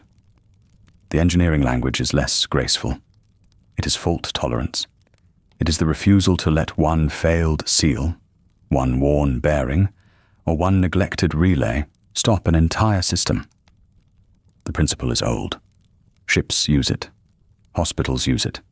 Military facilities use it. Any place that cannot simply close for the afternoon uses it. Still, a vault takes the idea further than most buildings do. It is meant to continue while the world outside is unavailable. That means the people who live here will depend on equipment they may never notice until it needs them. The foreman leads you toward the filtration housings. Each unit is built into a frame with enough space around it for a worker to remove the cartridge without dismantling half the room. At least, that is what the drawings require. You crouch near the first housing and look at the access clearance. A conduit has been routed too close to the release mechanism. Who installed this, you ask? Electrical subcontractor, this morning. It has to move. The foreman looks at the narrow gap. The cartridge can still come out. Not with gloves on, not quickly, and not if someone has to do it in poor light. He studies the arrangement again, then nods. I'll send it back. You mark the drawing in red pencil. There will be complaints. Moving conduit costs time. It may require a new bracket, a revised route, another inspection. Someone in an office may describe it as a small delay. But filters are not installed for the day when everything works perfectly. They are installed for the day when someone hears a warning tone, comes down here carrying a tool bag, and needs to reach the part without improvising around somebody else's shortcut. You rise and turn toward the drainage lines. This side of the room is less tidy. It has to be. Waste processing requires room for mess, even when the mess is controlled. Floor drains run toward collection points. Grey water lines arrive from sinks, wash areas, and other fixtures throughout the vault. Separate pipes carry material that cannot be sent directly back into the ordinary water loop. The public version of vault life is clean because it assumes cleanliness appears by itself. It does not. Clean water comes from labor. So do clean rooms, functioning toilets, usable kitchens, and air that does not carry the stale heaviness of too many people living behind sealed doors. Every ordinary comfort depends on someone testing a sample, clearing a blockage, replacing a gasket, checking a reading, and writing down what changed. A vault cannot live indefinitely on bottled water stacked in a storeroom. Stored supplies are useful, but storage is only time set aside in containers. Eventually, any community needs a process. It needs to collect, clean, circulate, reuse, and monitor. The water loop is one of the clearest examples. Water enters the system from protected reserves and whatever approved source the vault can use before sealing. It is treated, stored, and distributed. After people drink it, wash with it, cook with it, and use it throughout their daily routines, much of it returns through drains. It does not all become drinking water again. Not every use requires the same standard. A floor can be cleaned with reclaimed water. Some sanitation systems can operate with it. Certain technical equipment can use it after a different level of treatment.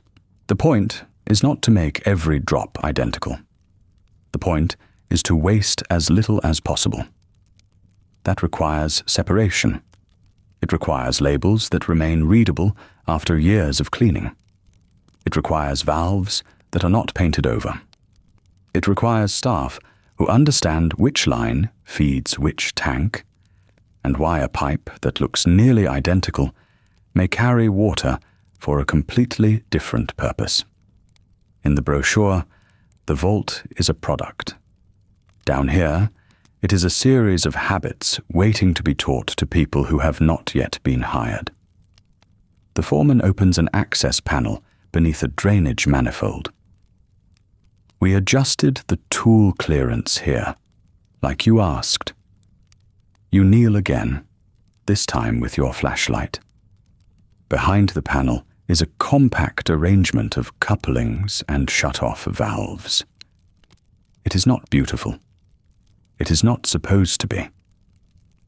You can reach each connection. A wrench fits where it needs to fit.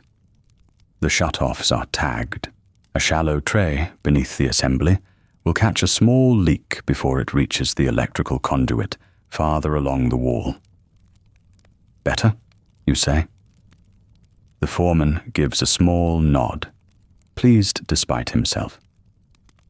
You planning to put this exact layout in the maintenance book? The final diagram will show it.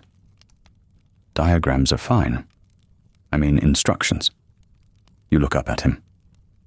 Instructions, he repeats. The kind someone can use at 2 a.m. Pump is acting up. Water is backing up. Supervisor wants answers. What do they turn first? You glance at the manifold. The manual will have an emergency sequence. It should have one that fits on the wall. He taps the inside of the access door. You make another note. The foreman is right. A full manual may explain the system in hundreds of pages. It may include part numbers, safety instructions, supplier lists, and engineering references. That has its place. But the person doing the work needs a shorter path through the first few minutes. What is the alarm telling you? Which valve isolates the problem? What do you leave alone? Who needs to be informed? The best maintenance culture is not built on the hope that every worker will remember every detail. It is built on clear procedures, accessible tools, and systems that offer enough warning for a person to act before a small problem spreads through the whole facility. You write, emergency procedure placard, local mounting, plain language, revise before turnover. Then you continue around the room. At the water testing station, the sample taps are set at different points in the process. One before filtration, one after, one on the potable distribution line, one on the reclaimed water line. The technician assigned to this station will not need to guess whether the system is improving or slipping. They will have comparisons. You examine the labels. They are clean, correctly placed, and written in a type large enough to read from a normal standing distance. For once, there is nothing to change. The foreman watches you make a check mark. Good? Good. He exhales through his nose. Nice to hear one of those. You walk together toward the storage tanks. Their rounded sides take up much of the room, rising almost to the ceiling. Each one represents days of planning, reduced to a practical fact. There must be water available when the pumps are stopped, when a filter is being serviced, when an inspection finds a problem, when the people living above this room need to fill a cup and expect the tap to work. You inspect the tank access hatches, and then the ladder mounts. One hatch has a contractor's materials sheet clipped to it. The foreman hands you the page. We found this in the morning packet, he says. They want to change the internal lining on the third tank. Says the substitute meets general commercial standards. You read the specification twice. The proposed material is cheaper. It is also not rated for the same duration of continuous use, and its maintenance interval assumes replacement parts can be ordered through a normal supply chain. That is enough. You draw a line through the substitution request. Rejected, you say. The foreman's expression settles into something close to relief. They will argue it saves money. It saves money now. And later? Later, someone inherits the problem. You write the reason carefully. Not dramatic language. No accusation. Just the requirement, the specified rating, the operating conditions, and the fact that the approved material remains necessary for long-term enclosed use. Paperwork is often dismissed as the part of engineering that happens after the real work. But this is real work too. A rejection that does not state its case clearly can be reversed by someone who was not in the room. A correction that is not entered into the final record can disappear when the contractor changes crews. A maintenance need that exists only in one person's memory is not a maintenance plan. You hand the sheet back. Send it through the proper channel, you tell him, and keep the original attached. The foreman folds the page onto his clipboard. Beyond the treatment room, the unfinished vault continues in both directions. Somewhere farther down the corridor, a drill starts up, then stops. A cart rattles across concrete. Voices rise briefly and become indistinct again. You gather your drawings. There are still water lines to trace, access panels to confirm, and the revised requirements from upstairs to fit into systems that were already complicated before anyone added another layer of restricted monitoring. For the moment, though, the tanks are sound. The bypass is reachable. The filters will be serviceable once the conduit is moved. The substitute lining will not be installed.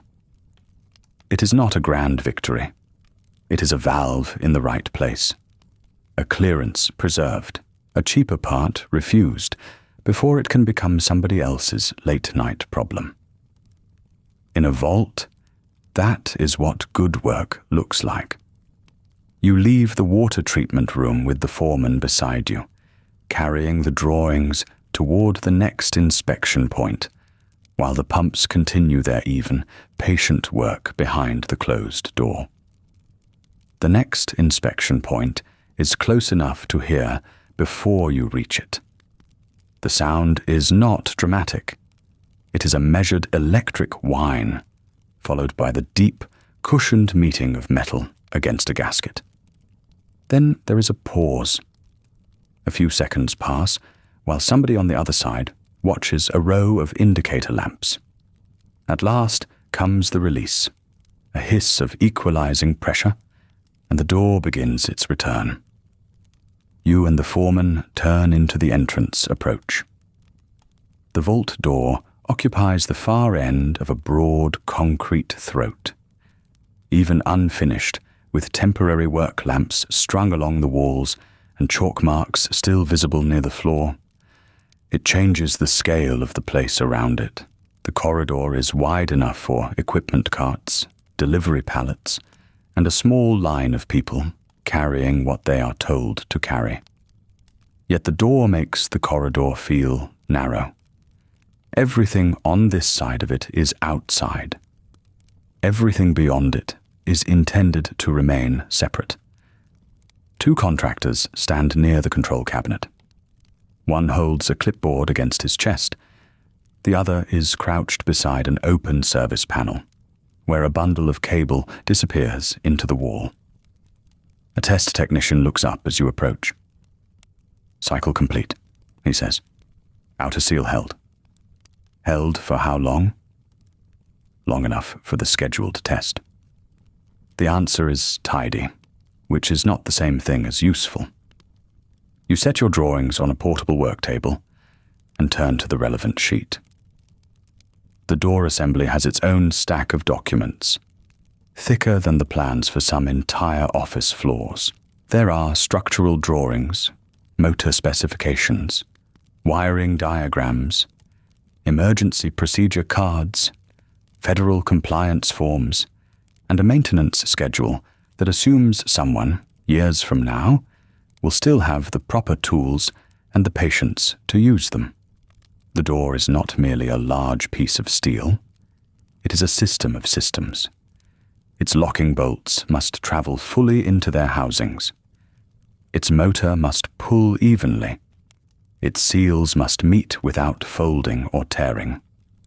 The control panel must know whether the door is open, closed, obstructed, or in the middle of a cycle.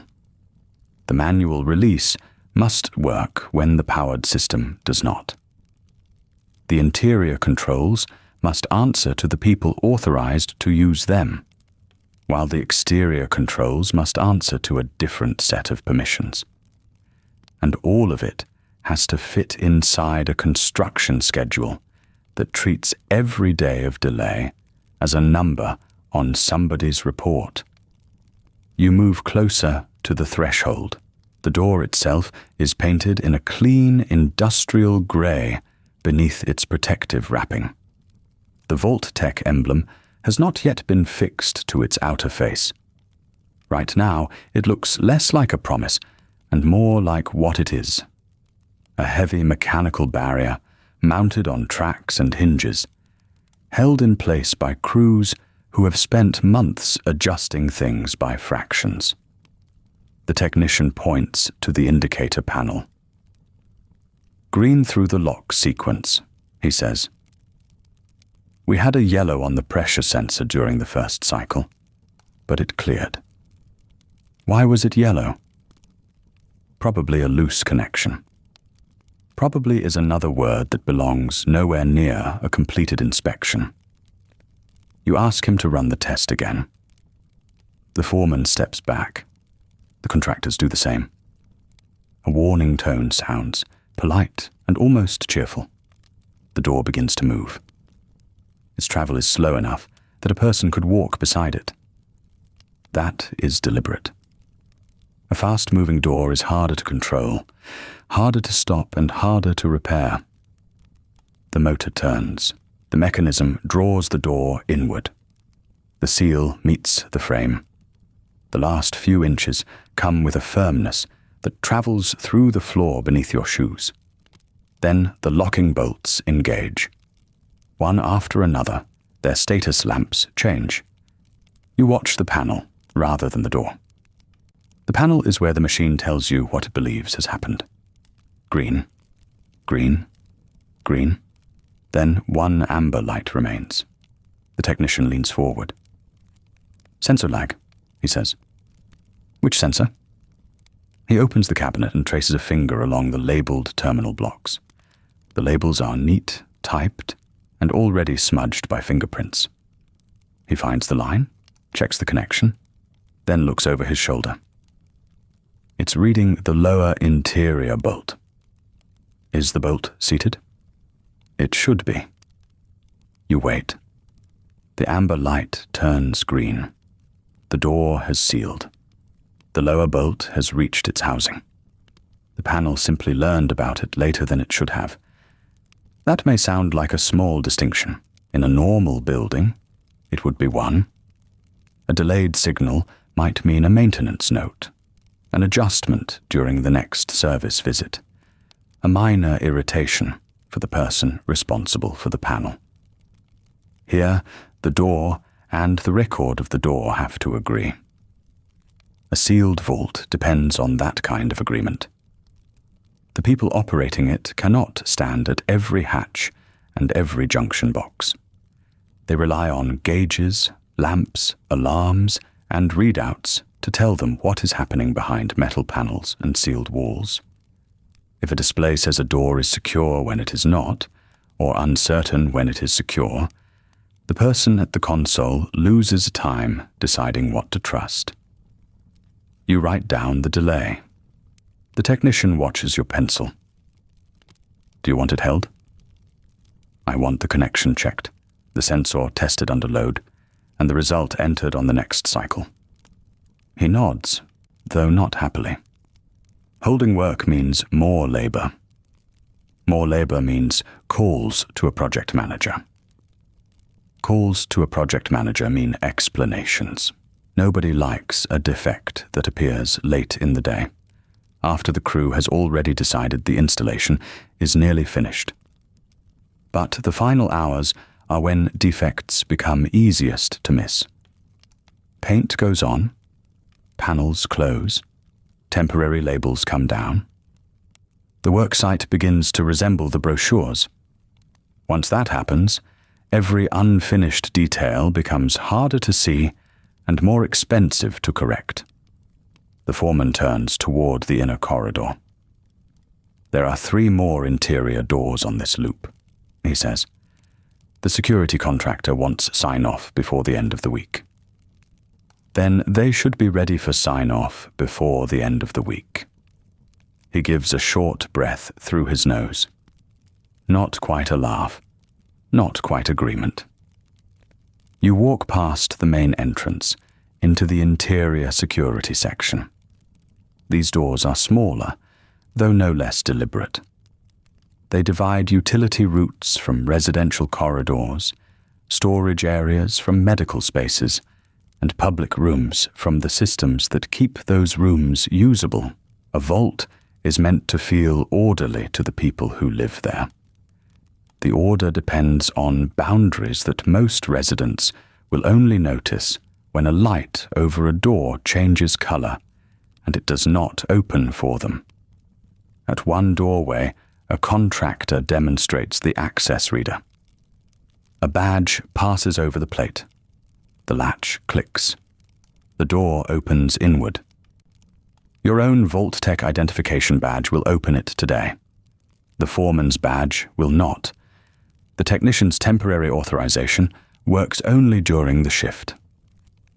A visiting federal inspector receives access when escorted. Future residents will receive whatever access the Vault's operating plan assigns to them. The hardware is simple enough in principle. A reader checks a credential. A controller compares it to a list. A lock releases or remains closed. Yet the list is not a technical matter alone.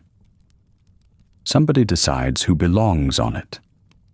Somebody decides which rooms count as restricted. Somebody decides what authority looks like when it becomes a small rectangle of plastic held near a wall. That decision is not yours. Your responsibility begins after the decision has already arrived in a work order. There is a tendency, in meetings with people outside the technical departments, to speak as if Vault-Tec builds vaults alone. The company logo is on the advertisements. The company representatives greet prospective residents.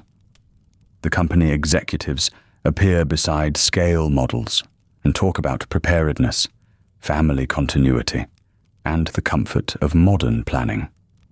The actual work spreads much farther than the logo. Federal agencies set requirements and issue approvals. Defense officers direct money toward civil defense projects.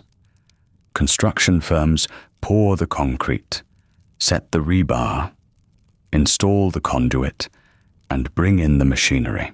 Manufacturers supply motors, filters, door components, switches, lighting, wiring, and the thousands of small fittings that nobody photographs for a sales brochure. Banks and insurers assess risk in their own language. Local officials approve permits, coordinate access roads, and answer questions from residents who wonder why another fenced construction zone has appeared near the city. Vault-Tec sits in the middle of that arrangement, collecting contracts, shaping specifications, and presenting all the separate pieces as one product. Public safety language runs through every layer of it. So does private money. A federal file may describe the entrance door as part of regional continuity planning. A contractor invoice describes labor hours and materials. A sales packet describes peace of mind. An internal memo describes delivery dates and liability. Each document refers to the same door.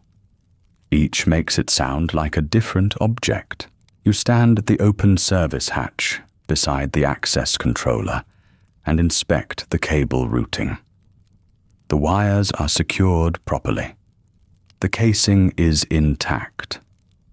The conduit turns where the drawing says it should turn, leaving enough room for a future technician to reach the panel without dismantling half the wall. You make a note to add one clearer label near the manual override. The existing label is technically correct, but it assumes the reader already knows the system. Technical staff have a narrow kind of authority. You can reject a damaged relay. You can send back a material substitution. You can insist that a service panel remain reachable. You can write that a sensor delay requires correction. When the work is clearly faulty, you have enough standing to make someone pause. You cannot decide whether the vault is built. You cannot decide who pays for it. You cannot decide which department receives additional access, which room becomes restricted, or why a revised requirement arrives with half its explanation removed. The limits are visible in the paperwork. Your signature appears near the bottom of an inspection form, below the project number, and above the supervisor's approval. It confirms that the installation meets the technical standard assigned to you. It does not make you the author of the standard. The foreman is checking another doorway when a new sound carries down the corridor. Not machinery this time. Voices. Several voices, polished and bright, accompanied by the click of good shoes on unfinished concrete. The foreman looks toward the entrance. "Tour," he says. A sales representative comes around the corner first. wearing a fitted jacket that has never collected dust from a utility level. Behind her are 4 prospective residents, each with a visitor badge and an expression carefully balanced between curiosity and concern. One of them carries a folded brochure. Another keeps looking upward at the ceiling, as though trying to imagine how far below ground they are. A security escort follows at the rear. The sales representative sees the open panels, the cables, the work table covered in diagrams, and her smile changes by 1 degree. "Could we clear this passage?" she asks. "We're moving through to the residential demonstration area." The foreman looks at you. You look at the exposed controller. The panel cannot be closed yet. Not properly. The technician is still testing the lower bolt sensor at the main entrance, and the corridor is part of his route. "We need 10 minutes, you say. The representative's smile remains in place. They're on a schedule. So is the door. For a moment, nobody speaks. Then she turns to the visitors with the smoothness of someone who has practiced moving around obstacles without calling them obstacles. "There is a brief systems check in progress," she says. It is one of the many ways Vault-Tec ensures that every resident meets the highest standards. The visitors nod. The phrase appears to satisfy them. A systems check sounds reassuring when it is said in a bright corridor by someone with a brochure in hand. The foreman signals to his crew. They move the tool cart against the wall, coil a length of temporary cable, and set a portable barrier across the open hatch. Not because the work is hidden exactly, but because unfinished work looks unfinished. It has no place in the version of the vault being sold today. You step aside as the group passes. One visitor, a man in a tailored coat, slows near the access reader. "Are these doors automatic?" he asks. The sales representative begins to answer, but he is looking at you. "Yes," you say. "They can be operated through the authorized control system, and they have manual procedures for maintenance and emergency use." "Reliable?" "That depends on proper installation and regular maintenance," you say. It is the honest answer. It is also close enough to the approved language that nobody objects. The man seems satisfied. He follows the group toward the finished demonstration wing, where bright communal rooms, furnished quarters, and polished signs wait under better lighting. When they are gone, the corridor returns to its ordinary sounds. A cable taps softly against the barrier. The ventilation system moves air through ducts above the ceiling. From somewhere beyond the main entrance, the test technician calls that he is ready for another cycle. The foreman removes the barrier from the service hatch. "You could have said they're built to last," he says. "They are built to be maintained." He considers that. Then he nods toward the entrance door. Same difference if people do their jobs. It is not the same difference, but it is close enough for the moment. The polished rooms ahead will make their promise in clean colors and comfortable furniture. The people on the tour will see a place arranged for ordinary life. Meals, sleep, schoolwork, conversation, a future preserved beneath the ground. Back here, the future is less decorative. It is access hatches. It is torque settings. It is a sensor that reports 1 second late. It is a door that must close fully, open when it should, and tell the truth about both. You gather your drawings again and head back toward the entrance, where the technician waits beside the control cabinet. and the great door stands ready for another test. The technician rests one hand on the control cabinet and waits for your signal. The cabinet is open, its inner panel crowded with labeled relays, indicator lamps, bundled wires, and a paper diagram clipped to the door. In the demonstration wing, visitors see the vault entrance as one object. A round slab of steel, painted clean, impressive enough to make a family stop talking for a moment. Here, it is switches and contacts. You compare the test sequence with the revision sheet in your hand. The exterior warning light, the interior warning light, the audible signal, the pressure confirmation, the lock engagement, the release sequence. Each item has a line beside it, and each line needs a mark before the end of the day. Cycle 3, you say. The technician turns the key. A low tone begins from the wall speaker. It is not loud, but it carries through the unfinished corridor. The warning lamps blink in measured intervals. Across the entry chamber, the door begins its slow movement. Nothing about it looks hurried. That is part of the design. A door this large cannot slam shut like a cabinet.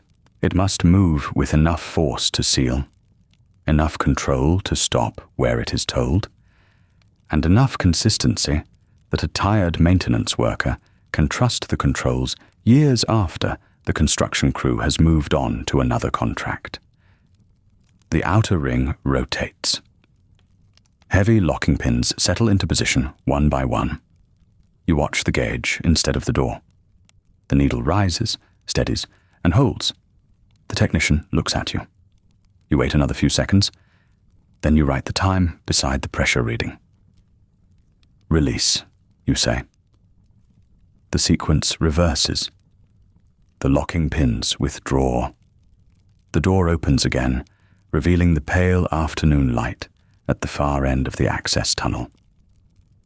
A nearby elevator brings another group down before you can close the control cabinet. You hear them first. Shoes on the finished floor beyond the barrier. The soft, careful voices of people who have been told they are visiting a serious facility.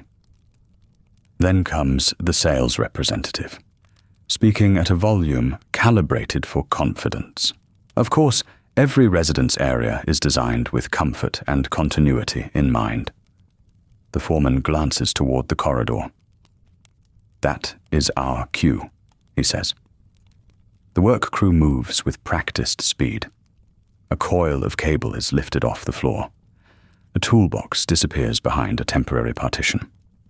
Someone carries a ladder into the service passage.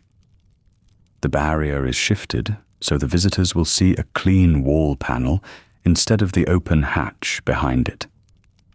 Nobody has asked you to hide anything dangerous.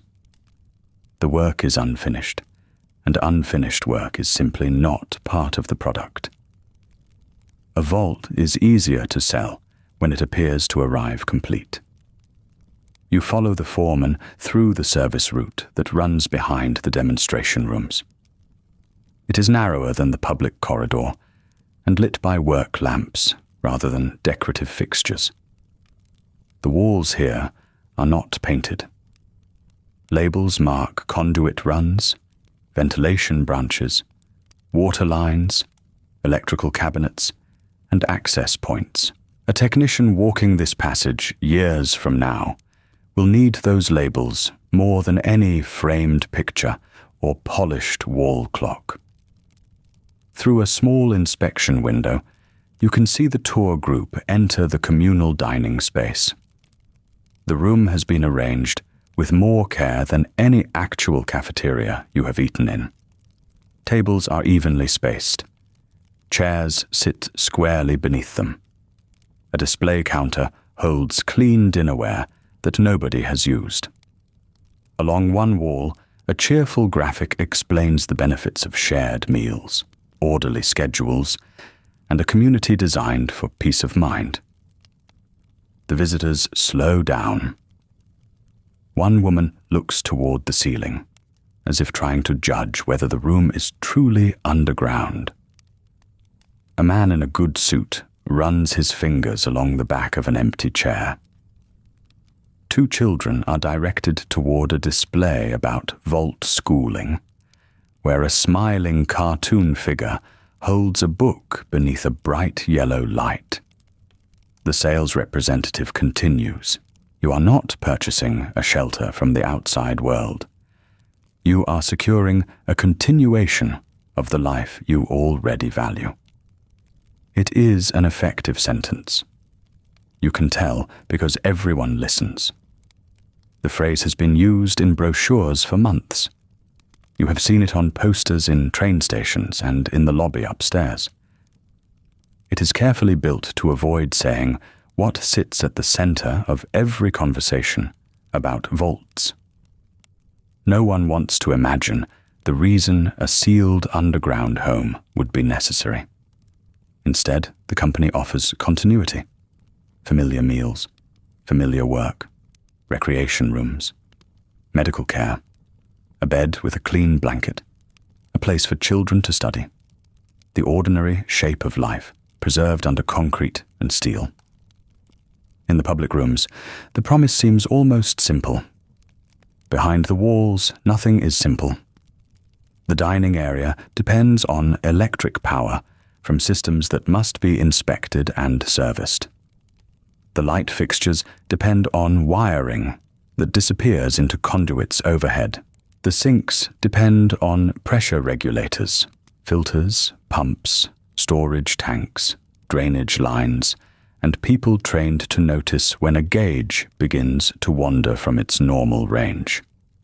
The room looks self-contained because the machinery that supports it has been kept out of sight. That is not deception, exactly. A home should not feel like a machine room. No one wants to eat supper beside a water recycler or sleep beneath an exposed duct. The point of competent engineering is often to make the complicated work invisible. Still, invisibility can make people careless about what they are buying. A furnished vault room is easy to understand. A maintenance schedule is not. A person can stand in a model apartment, picture a family photograph on the wall, and imagine settling into the bed at night.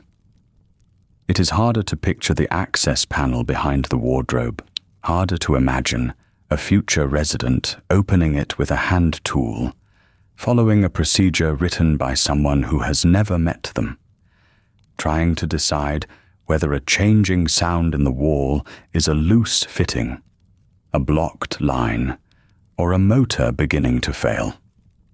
The company knows which image sells better.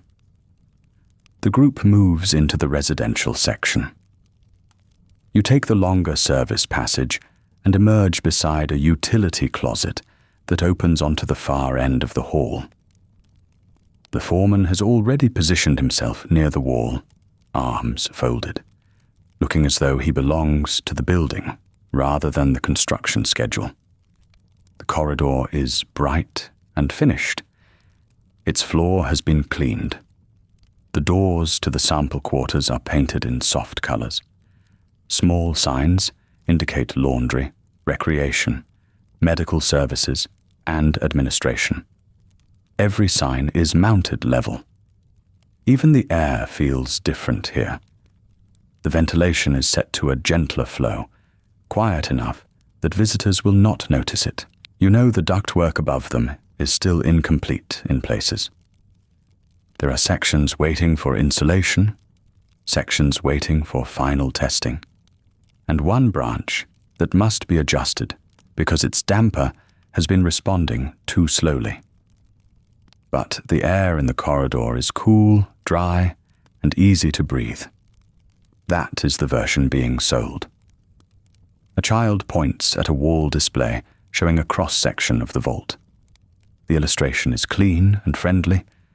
It shows living quarters, a clinic, a school, a food production level, storage areas, and broad arrows indicating air and water moving through the facility.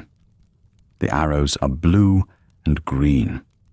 The real drawings in your briefcase are black lines on white paper, dense with dimensions and notes. They have no smiling families standing beside the pipes. They show shut-off valves, inspection points, drain slopes, emergency bypasses, and sections of wall that must remain accessible after every layer of finish has been added. The sales representative notices you at the edge of the group.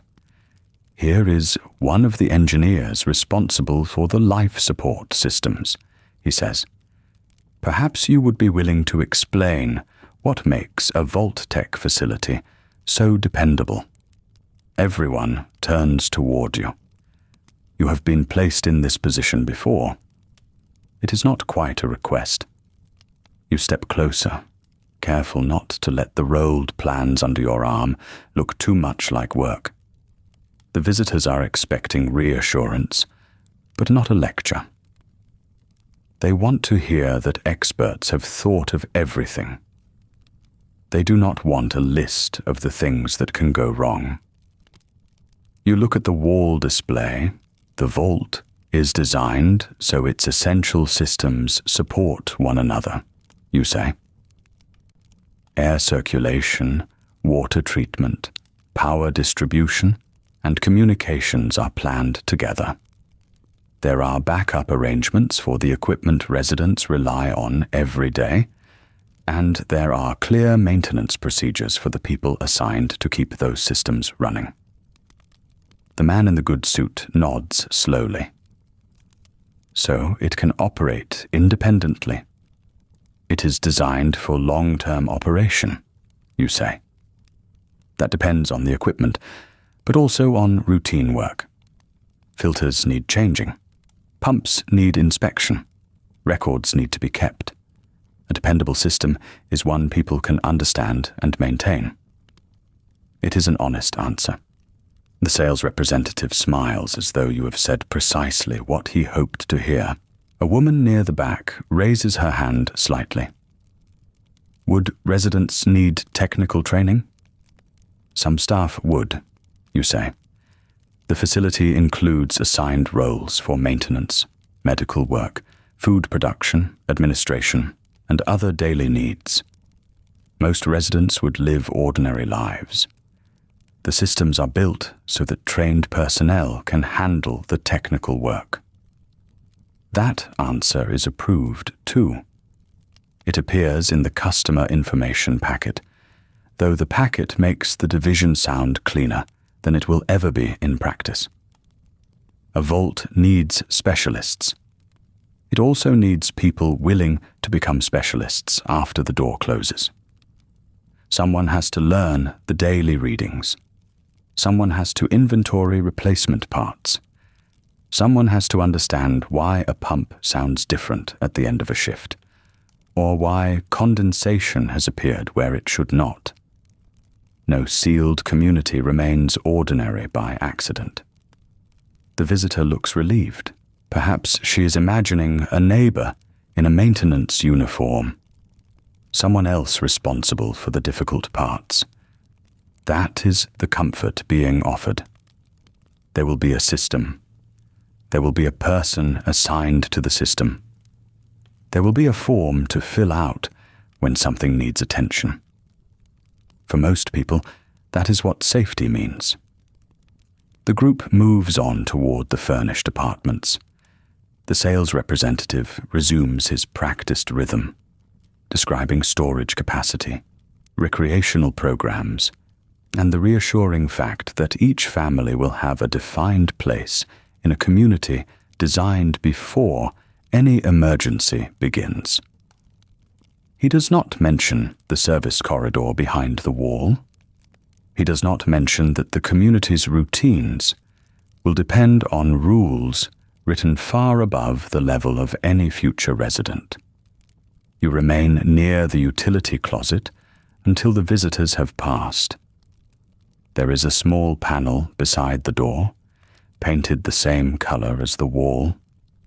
Most people would not notice it. You open it with a key from your ring. Inside is a bundle of color-coded cables, a junction box, and a narrow handwritten tag left by an electrician. The tag notes a connection that still needs final verification. You read it once, then fold it back into place. The demonstration rooms are quiet now, except for the distant voice of the guide. This is worth noticing. The people who buy vault places, the people who sell them, and the people who build the systems all move through the same building, but they do not experience the same building. The customer sees a promise. The sales representative sees a contract. The contractor sees a deadline. You see a collection of systems that will have to work together after everyone else has gone home. Your salary places you comfortably enough. You have a clean apartment, reliable appliances, hot water in the morning, and a job that asks for skill rather than brute effort. In the office, people listen when you explain why a relay needs replacing or why a panel cannot be sealed over yet. The foreman may argue about a delay, but he does not dismiss your inspection notes. That authority is real. It also has edges. You can reject a faulty component. You can request another test. You can write that a seal needs adjustment, or that a maintenance route has been blocked by a design change. You can make a vault more workable for the people who will depend on it. You cannot choose who receives a place inside. You cannot set the prices printed in the brochures. You cannot decide which government office receives which report. You cannot ask for the full explanation behind a restricted amendment and expect one to be given. The company divides work with care. Sales staff handle confidence. Project managers handle deadlines. Legal staff handle agreements. Technical departments handle systems. Each department receives the part of the plan it needs to complete its own portion. That arrangement is efficient. It also means that a person can spend years doing competent work without seeing what the whole structure is intended to become. From the public corridor, you hear the group enter the model family apartment. The door is left open for them. Inside, the room is small but comfortable. A bed is made neatly. A compact kitchen unit gleams beneath the lights. A radio sits on a shelf.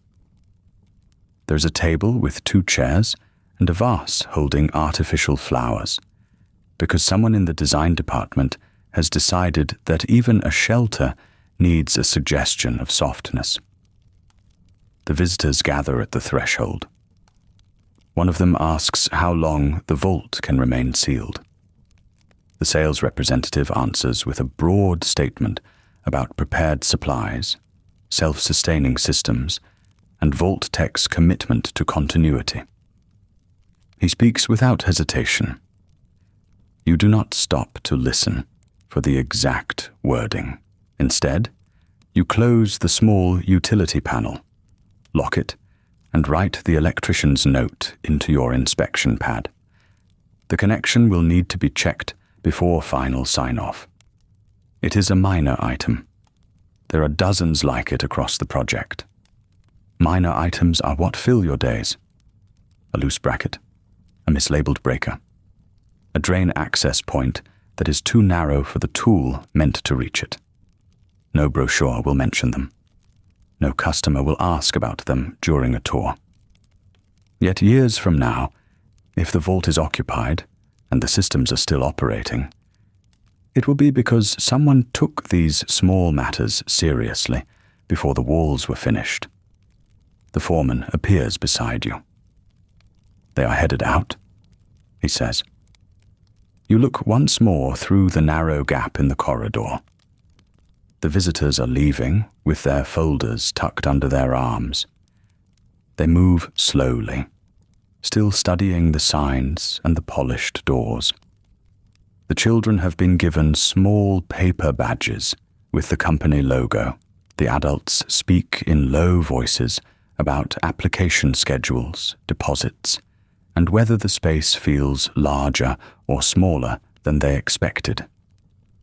For a few minutes, they have been allowed to imagine the vault as a finished place. Then they are gone. The sales representative follows them toward the elevator, smoothing his jacket as he walks.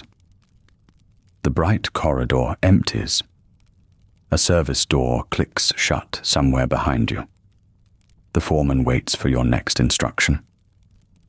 You look toward the furnished rooms, then toward the narrow passage behind the wall. The damper on branch 4, you say. Let us see whether they adjusted it. He gives a short nod and leads the way back through the service door. The polished corridor disappears behind you. On the other side, the vault returns to its honest shape. Exposed conduits, penciled measurements, open panels, and the steady movement of air through metal ducts. The damper has not been adjusted. You can tell before the foreman finishes removing the access panel. The linkage still sits at the same angle it held that morning, and the little pencil mark you made beside the housing is still visible beneath the dust. Someone has signed the work slip, though. The paper says the correction is complete. You stand with the clipboard against one palm and listen to the air passing through the branch. It is not a dramatic sound. It does not announce itself as a failure. It is only a faint unevenness in the motor's steady pull, a small resistance where there should be none. The foreman looks at the slip, then at the damper. Different crew, he says. Same contractor. He does not argue. There is no point. The name at the bottom of the form belongs to a company with several hundred workers spread across sites all over the capital region. A supervisor has signed the sheet. A clerk has entered the job number. Somewhere in an office, a line has been moved from incomplete to complete. But the metal is still in the wrong position. You write a new note in the margin, slowly enough that the foreman can see each word. Reinspect, correct installation, confirm travel under load. The phrases are plain, almost dull. They need to be. A maintenance worker reading this months from now should not have to guess what you meant. The foreman takes the revised slip and folds it once.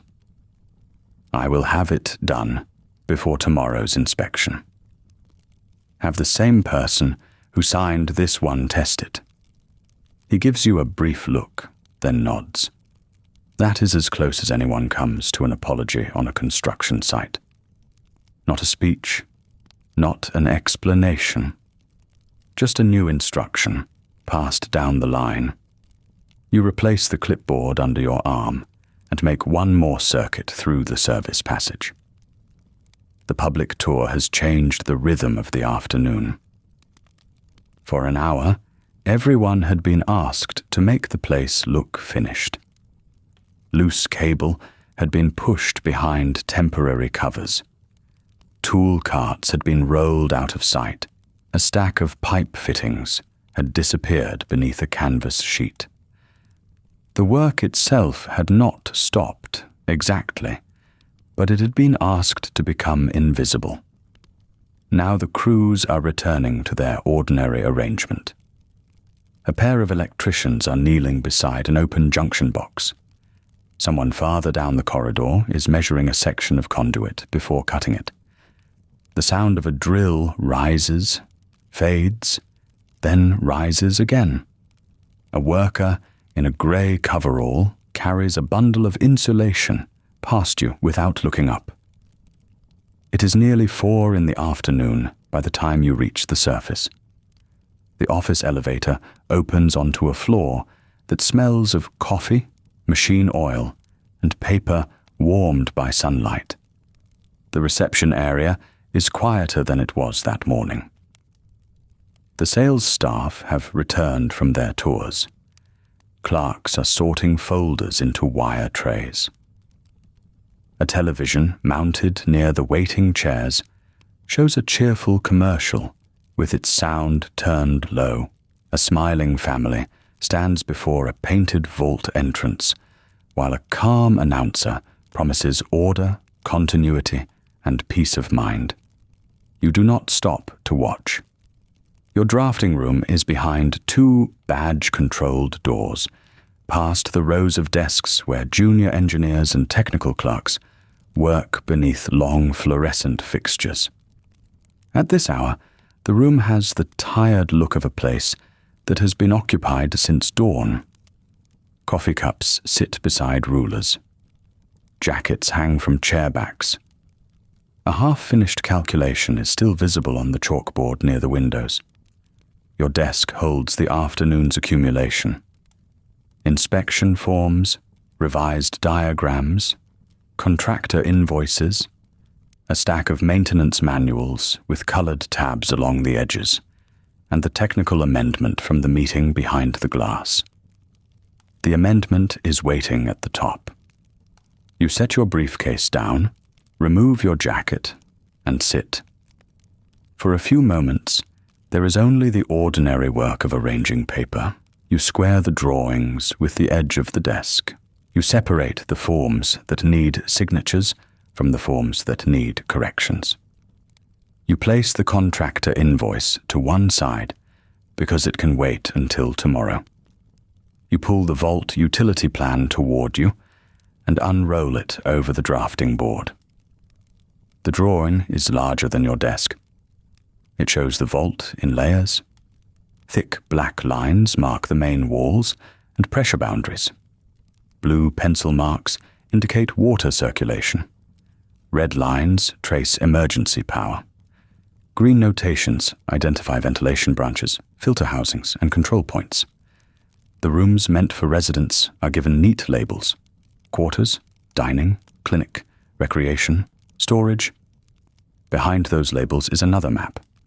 It is the map you use.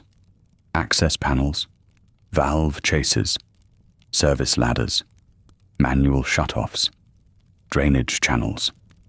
The narrow places where a future maintenance worker will have to fit a shoulder through an opening and reach a tool toward a part that no resident will ever think about until it stops working.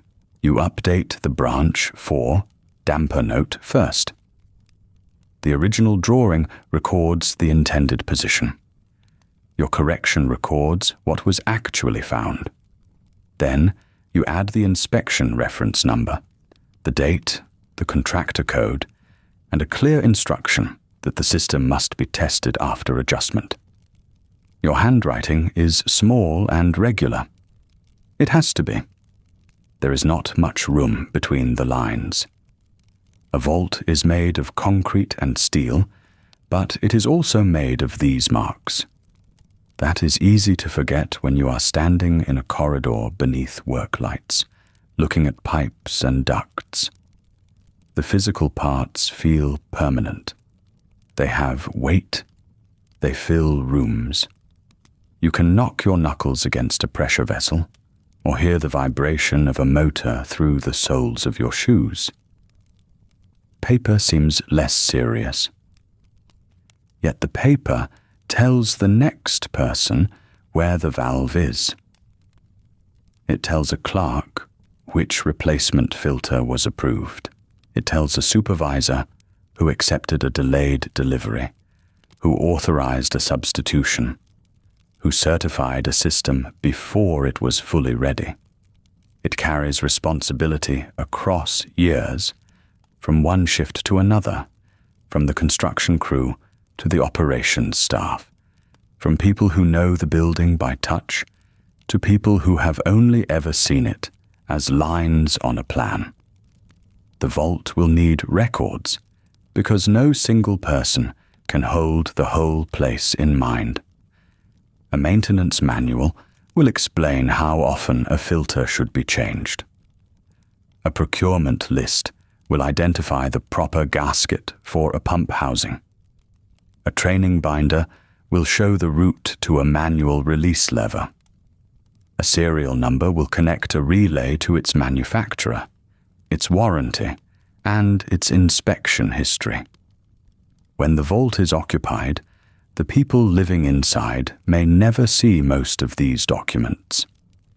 They will simply expect the water to arrive when they open a tap, the lights to come on when they touch a switch, and the doors to answer the right badge.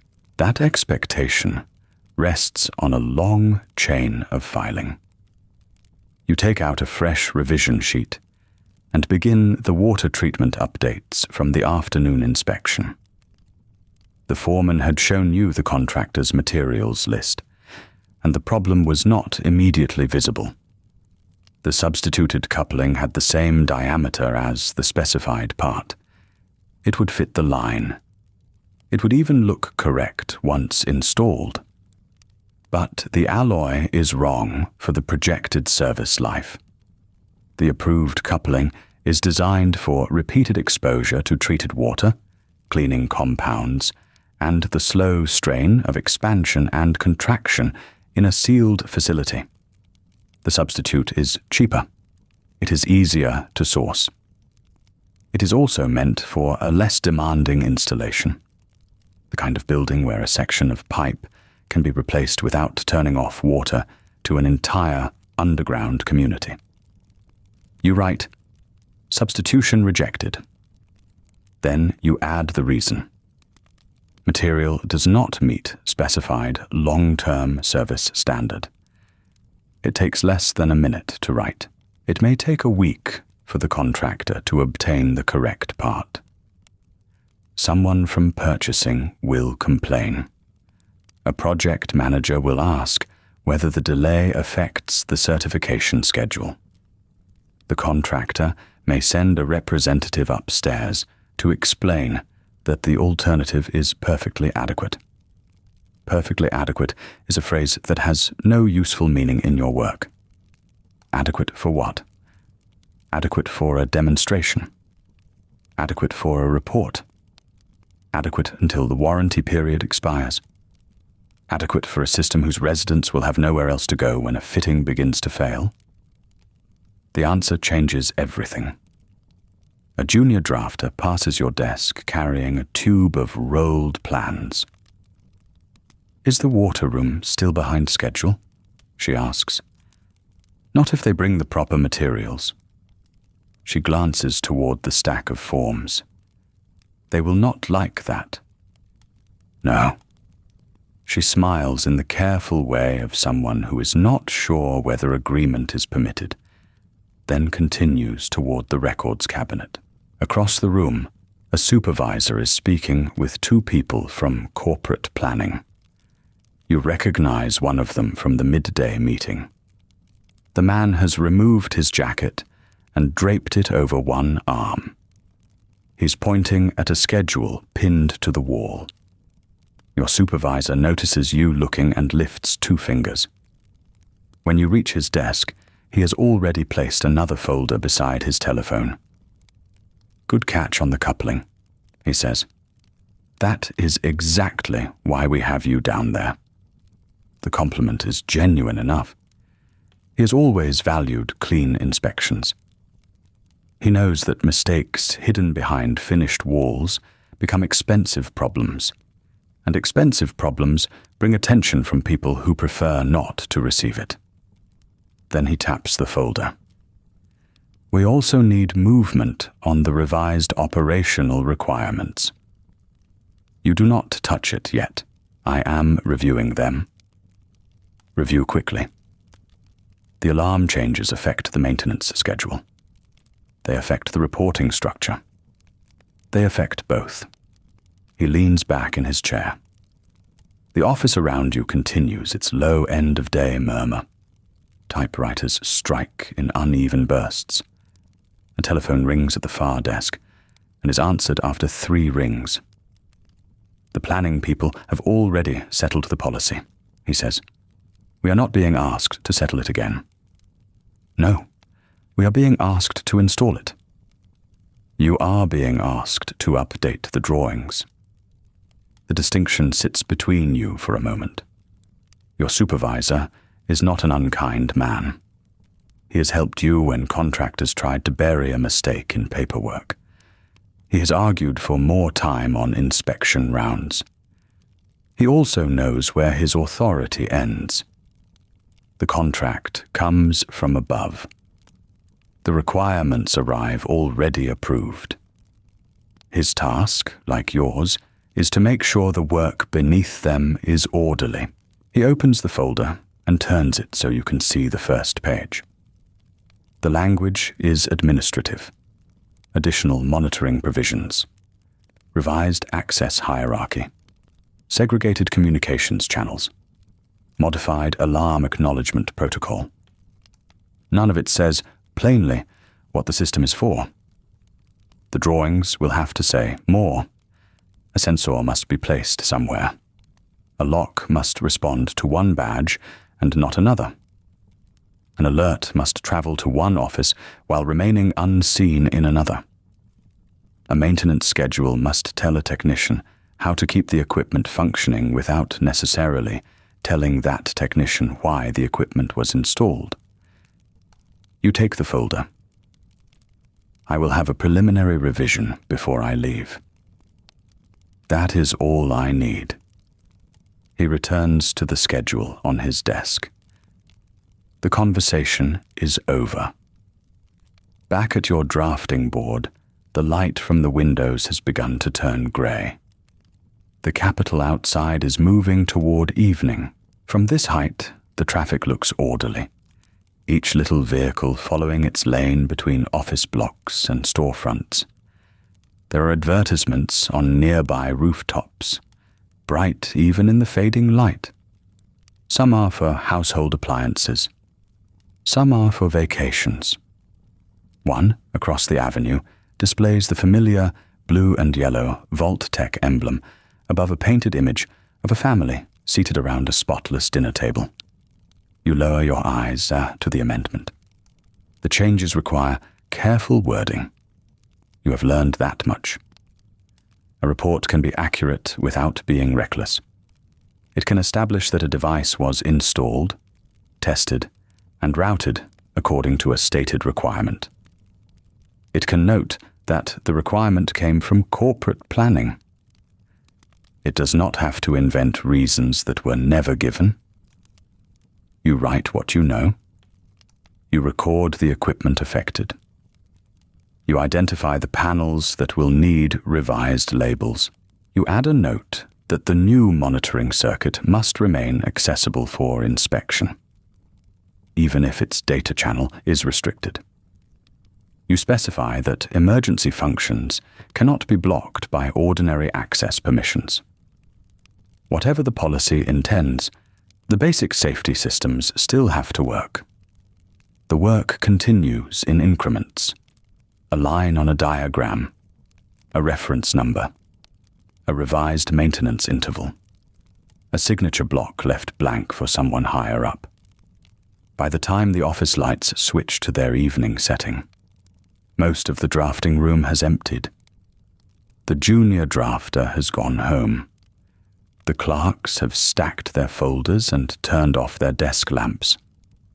Somewhere near reception, a vacuum cleaner begins its slow pass across the carpet. You flex your fingers and look over the board one last time. The vault on paper is clean. Every line has a purpose. Every system joins another system. Water meets filtration. Filtration meets power. Power meets alarms. Alarms meet procedures. Procedures meet the people who will be expected to follow them. You gather the completed forms into a neat stack. There is still one message waiting in your in-tray. It is short, typed on a narrow sheet of company paper. Evening review requested. Alarm system revision. Utility levels. Priority response. You read it twice, then place it on top of the folder from corporate planning. Outside the window, the city lights begin to come on, one building at a time. The telephone on the corner of the drafting room rings before you can lift the folder. It has a sharper sound than the other office phones, perhaps because the room is nearly empty now. During the day, its ringing is absorbed by typewriters, footsteps, clipped conversations, the rattle of rolled drawings being carried from one desk to another. At this hour, each ring seems to cross the whole floor. You hesitate only long enough to set your pencil down. Engineering, you say. For a moment, there is only the faint, familiar crackle of the line. Then a voice from home asks whether you are still at work. You look toward the window. The glass has turned dark enough to reflect the drafting room back at you. The long tables, the lamps, the rows of file cabinets, your own shirt sleeves rolled above the wrist. Beyond that reflection, Washington is becoming an evening city. Headlights move in pale streams between buildings. Office windows brighten, then go dark, one floor at a time. I'm finishing up, you say. There is a pause at the other end. Not an angry pause. Not even a surprised one. It is the pause of someone who has asked this question before and already knows the answer. At home, the grocery order has cost more than expected. The market near the apartment had fewer fresh vegetables than usual, and the clerk said another delivery had been delayed somewhere outside the city. The price of coffee has gone up again. So has the price of a decent cut of meat. There is a list of ordinary things that need replacing. A burned-out kitchen heating coil, a pair of shoes that can probably last another month, a loose latch on the bedroom window. None of it sounds like a crisis when spoken aloud. That is partly why it is easy to talk about. You ask whether the apartment manager has sent anyone about the latch. Not yet. You say you will look at it when you get home. Though both of you know the latch is not the sort of thing you can repair properly with the small household toolkit in the hall closet. It needs a replacement part. The replacement part needs to be ordered. The order needs to be approved by a building office that is never in much hurry. Then the conversation circles toward the question that has been sitting between you for several weeks. Should you apply for vault placement? The words are quiet. They do not need to be dramatic. They appear in newspaper advertisements, on radio spots, in conversations at work, in the waiting area of the doctor's office, in the line at the market. Vault-Tec has made the idea part of ordinary life. A family plans for the future. A family saves. A family buys insurance. A family considers a place underground. You work for the company. You know the brochures better than most people do. You know the smooth blue and gold covers, the bright drawings of common rooms and tidy sleeping quarters, the carefully chosen photographs of families sitting beneath clean electric lights. You know the language used in the advertisements: security, continuity, community, a prepared future. You also know what lies behind the cutaway drawings.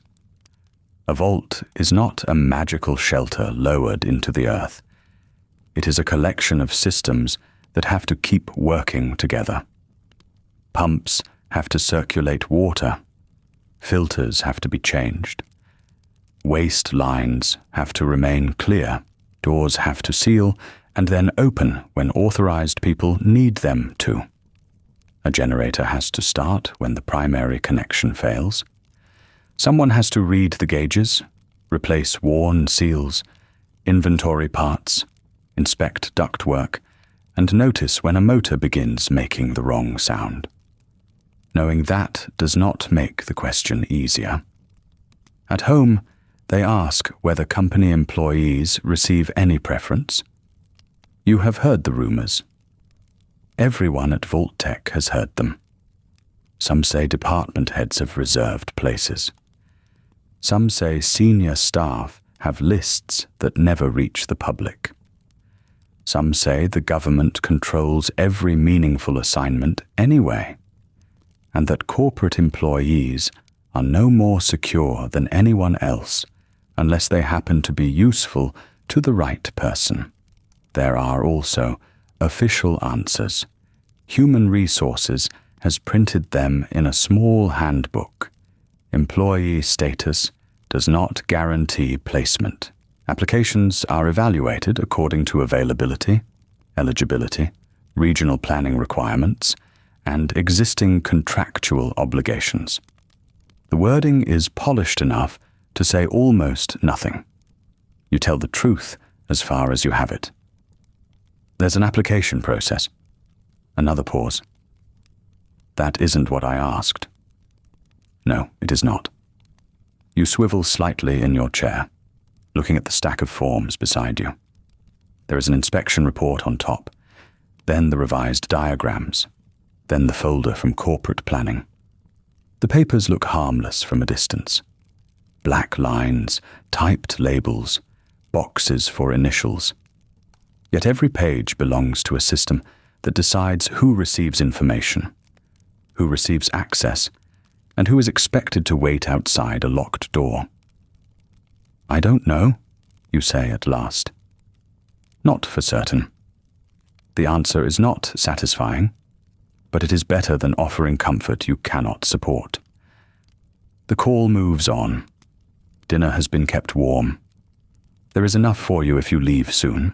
The radio is reporting another debate from somewhere downtown. Another official statement about national preparedness.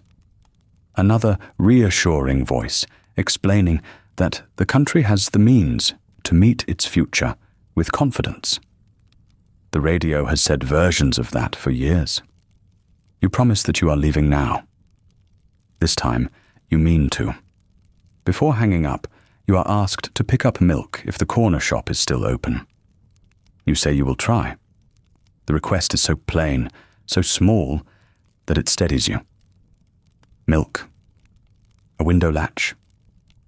Dinner waiting under a cover on the stove. The world still runs on errands, receipts, cupboards, and the question of whether you remembered what was needed. When the line goes quiet, you hold the receiver for another second before returning it to its cradle. The office does not answer back. For a few moments, you sit without opening the evening review folder. The city is still there beyond the window. The lights of the traffic signals change in their usual pattern. Somewhere below, a bus exhales at the curb and pulls away. It is easy, from inside a company like Vault-Tec, to imagine that safety is simply a matter of engineering enough safeguards. Add another filter, install another emergency light, build another storage tank, put a stronger seal around the door. But safety before the war is also something bought, assigned, inherited, promised, delayed, or denied. The Vault advertisements treat protection as a consumer choice. They show smiling people choosing between finishes in a model apartment, selecting household packages, discussing the future with a sales representative at a polished desk. The message is simple enough to fit beside an advertisement for a new kitchen unit or a better television set. Plan ahead. Choose well. Secure your family. The actual structure is less tidy.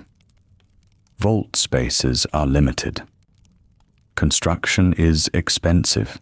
Land, permits, materials, labor, government approvals, and corporate contracts all pass through offices far above the people who see the advertisements. A family may save money for years and still find that the promised place is unavailable. A neighborhood may be told that a vault is nearby without being told how many people it was designed to hold. A federal contract may reserve space before a public application is ever reviewed. And then there are the rules that do not appear in brochures. You have seen enough internal paperwork to understand that access is not merely about who can pay. Some spaces are set aside, some lists are handled elsewhere, some requirements arrive from departments with vague names and no direct telephone extensions. A technical employee can notice the pattern without being able to see its final shape. Your salary is good by ordinary standards. It pays for the apartment, for food, for a working car when it needs repairs, for pressed shirts, and occasional dinners out. It lets you buy coffee in the cafeteria without counting the coins in your pocket first. It gives you the kind of stability that makes people assume you must know more than you do. But a salary is not a vault reservation. You are useful to the company because you can read a pressure diagram and see where a maintenance worker will need room to turn a wrench. You can stand beside a ventilation unit and hear when its balance is wrong. You can find the weak point in an installation before it disappears behind a finished wall. None of those abilities puts your name on a protected list. That is the strange part of your work.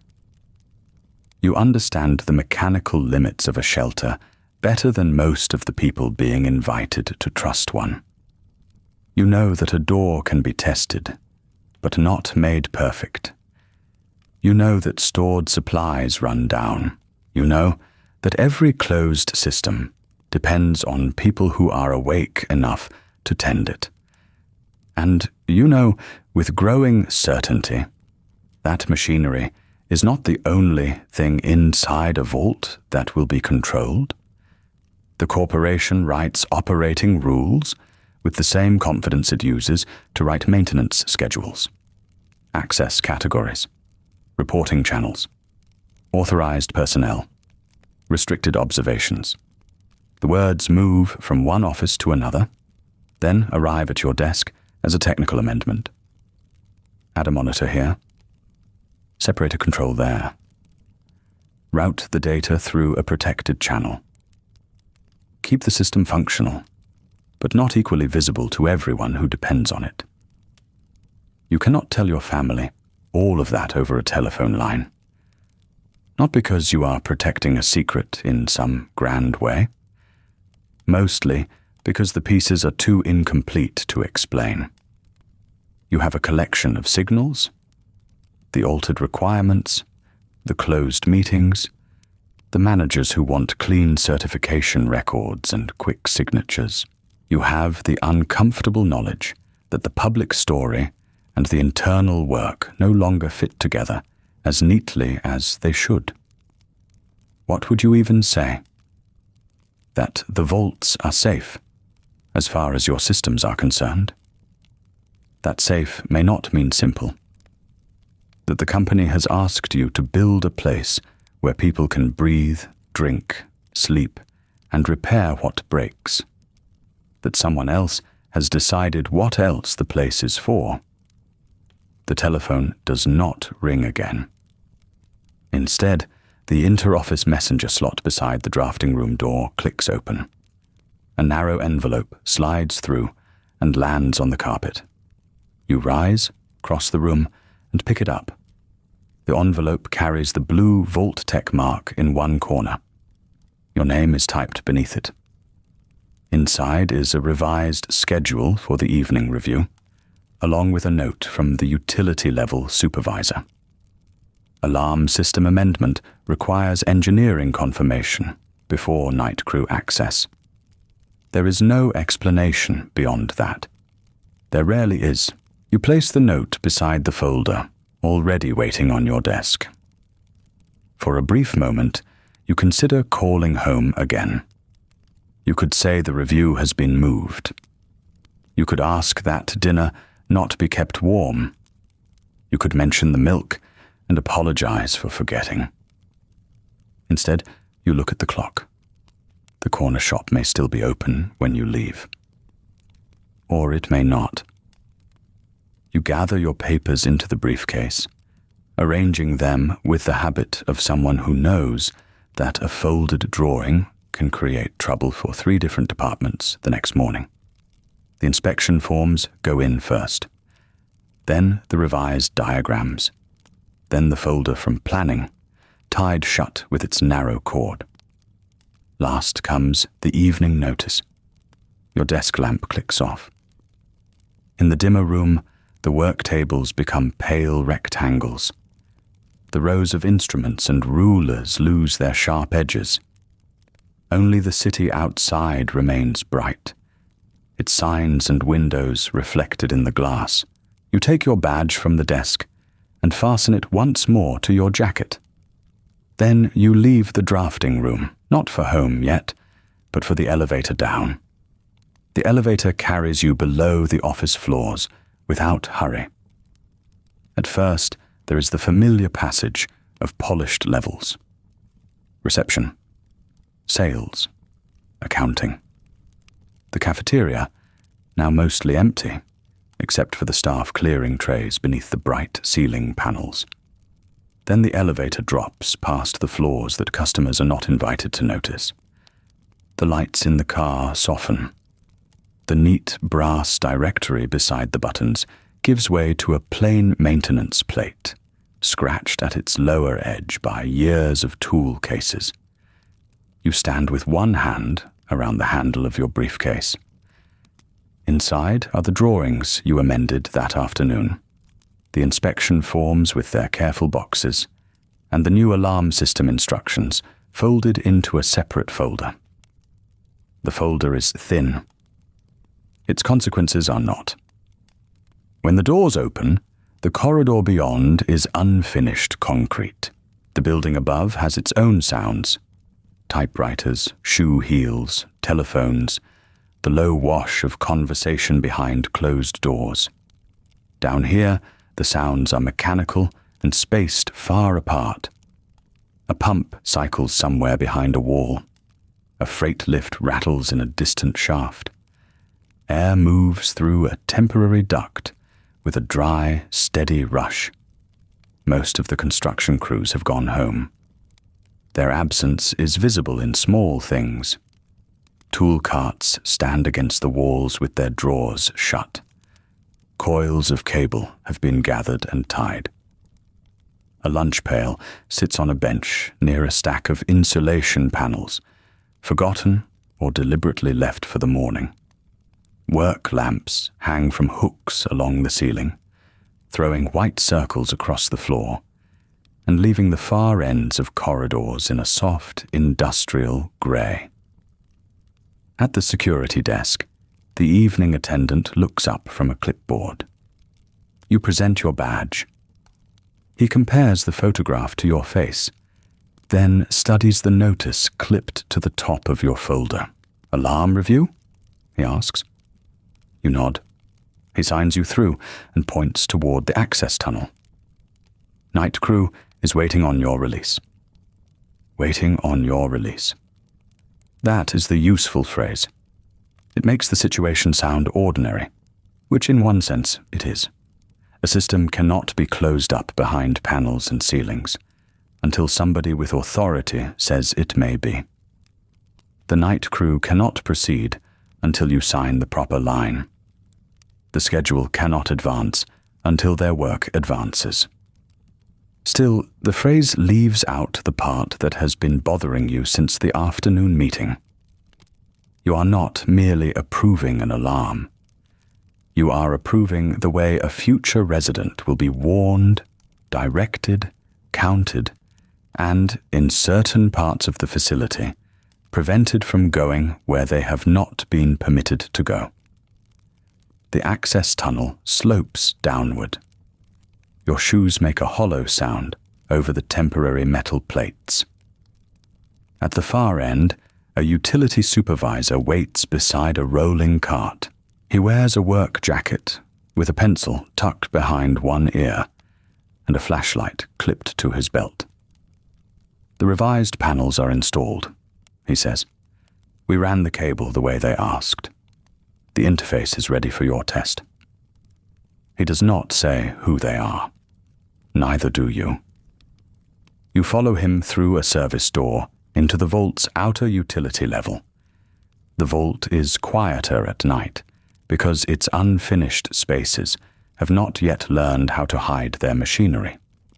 In the furnished areas prepared for tours, ductwork disappears behind painted ceilings. Pipes vanish into walls. The flow of power is reduced to the pleasant glow of a lamp, the hum of a kitchen unit, the gentle opening of a door. Here, nothing is concealed. Thick conduit runs along the ceiling in parallel lines. Water pipes are marked in colored bands. Electrical cabinets stand in rows behind mesh guards. Each has a label, a serial number, and a small space for the initials of whoever last opened it. The walls bear chalk notes from the day shift. A measurement corrected, a bracket still needed, a reminder to test a junction after power is restored. You pass the ventilation control room first. Its gauges shine under the work lights. One needle rises and settles as a fan comes online, then returns to its usual position. This is a good sound, though nobody would call it beautiful. It is simply regular. The motor begins, air moves, the reading holds. Somewhere farther inside the vault, a length of duct receives that air and carries it toward rooms that will one day have tables, bunks, cupboards, and people complaining that the place feels too warm or too dry. A functioning system is often thanked by being ignored. The supervisor stops at a wall-mounted alarm panel near the junction between the utility level and the residential corridor. The cover has been left open for your inspection. Inside, wires are arranged in clean bundles, each one tagged. The public system is on the first circuit, he says. Lights, tones, corridor indicators. The new reporting line is separate. You set down the briefcase and open the amended drawing. The changes are small when reduced to ink. A second relay. An added connection to the monitoring room. New access permissions for selected terminals. A notation that certain alerts are to be transmitted automatically through a restricted channel before they appear on the standard maintenance board.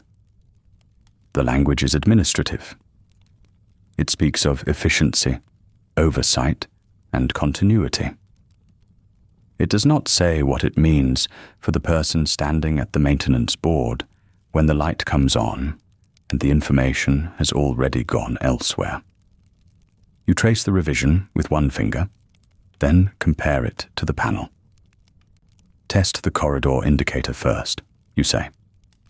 The supervisor lifts a handheld communicator. A worker farther down the passage acknowledges. A moment later, a low tone sounds overhead. It is not loud enough to startle. It is designed to be heard through conversation, through the operation of appliances, through the ordinary clatter of a community. A pale indicator begins to flash above the corridor door. You watch the timing. The tone begins. The indicator follows. The relay closes. On the panel, a small green light answers. Again, you say. The second test produces the same result. You note the response times on your form, not because the numbers are dramatic, but because they are the whole point. A system either responds when it is supposed to, or it does not. Everything else is advertising. The next test concerns emergency lighting. The vault's primary power is intended to come from reactors and distributed electrical systems designed for long operation, but intended is not the same as guaranteed. Every major function has to assume that another major function may be unavailable. The lights must have a separate source. The communication panels need their own reserve.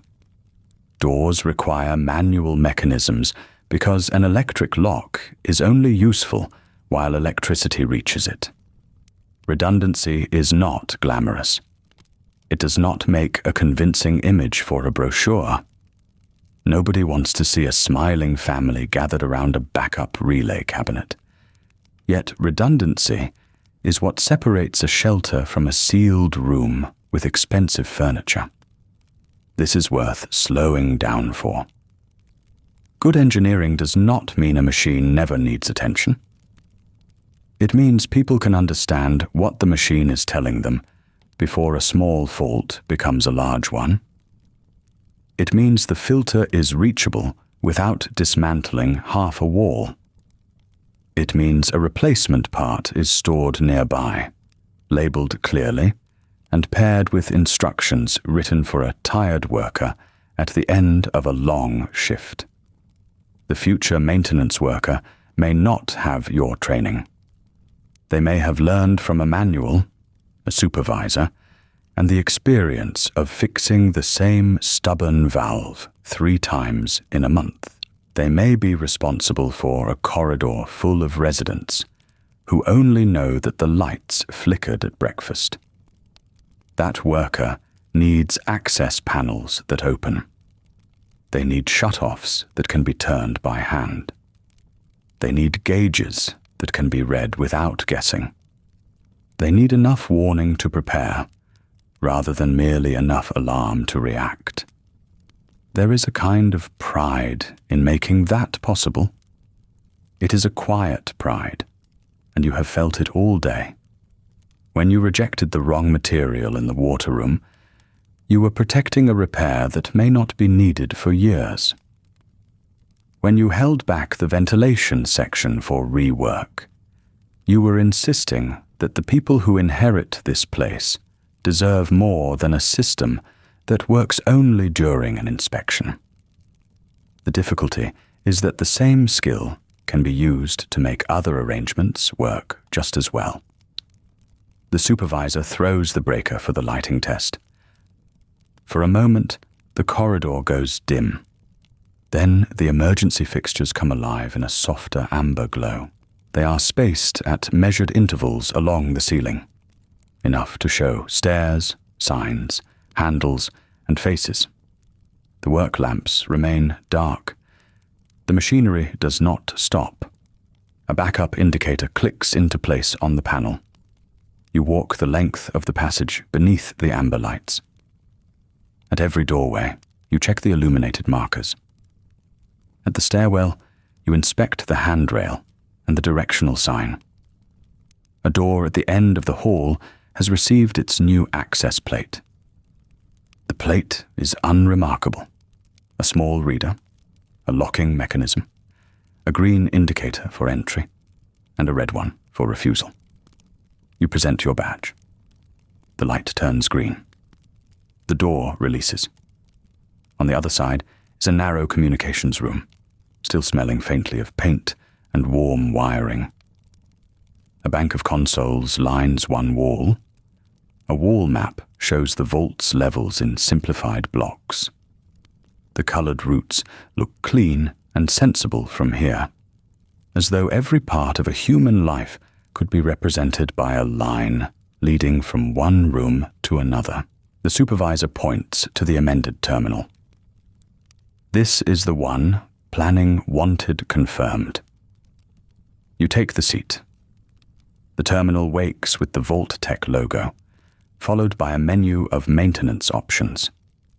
You enter the engineering authorization code from the sealed instruction sheet. A second menu appears. This one has fewer words and more restrictions. Monitoring status, access status, incident transmission. You choose the test function. A prompt asks whether the report should be sent to the standard maintenance queue. Below it is another prompt. already selected. Transmit to administrative review. You stare at the words for a moment longer than necessary. Then you complete the test. The terminal emits a brief tone. In the corridor, the indicator flashes once. Somewhere above, perhaps in an office where no one is working this late, a record is created. It will contain the date, the system number, the test result, your authorization. It will not contain your hesitation. The supervisor is waiting for your verdict. Transmission confirmed, you say. He writes it down. There is no point blaming him for the arrangement. His work is cable runs, junction boxes, crew hours, and whether tomorrow's concrete pour can proceed. He has not written the requirements. Neither have you. The instructions arrived typed, approved, and separated into pieces so that every department can claim it only handled its own narrow part. That is how a large company keeps moving. The person who designs a lock may never attend the meeting about who is locked out. The person who drafts a reporting procedure may never see the sensor that gathers the report. The person who sells a family a place in a vault may never walk through the service corridor behind their demonstration kitchen. Each task has its form. Each form has a signature. By the time the work becomes a finished system, responsibility has been divided so finely that it can be held by almost no one. You return to the utility level for the final portion of the round. The manual controls are housed behind a steel panel near the main corridor. You open it with the key provided by the supervisor. Inside are lever handles, labeled switches, and a laminated procedure sheet.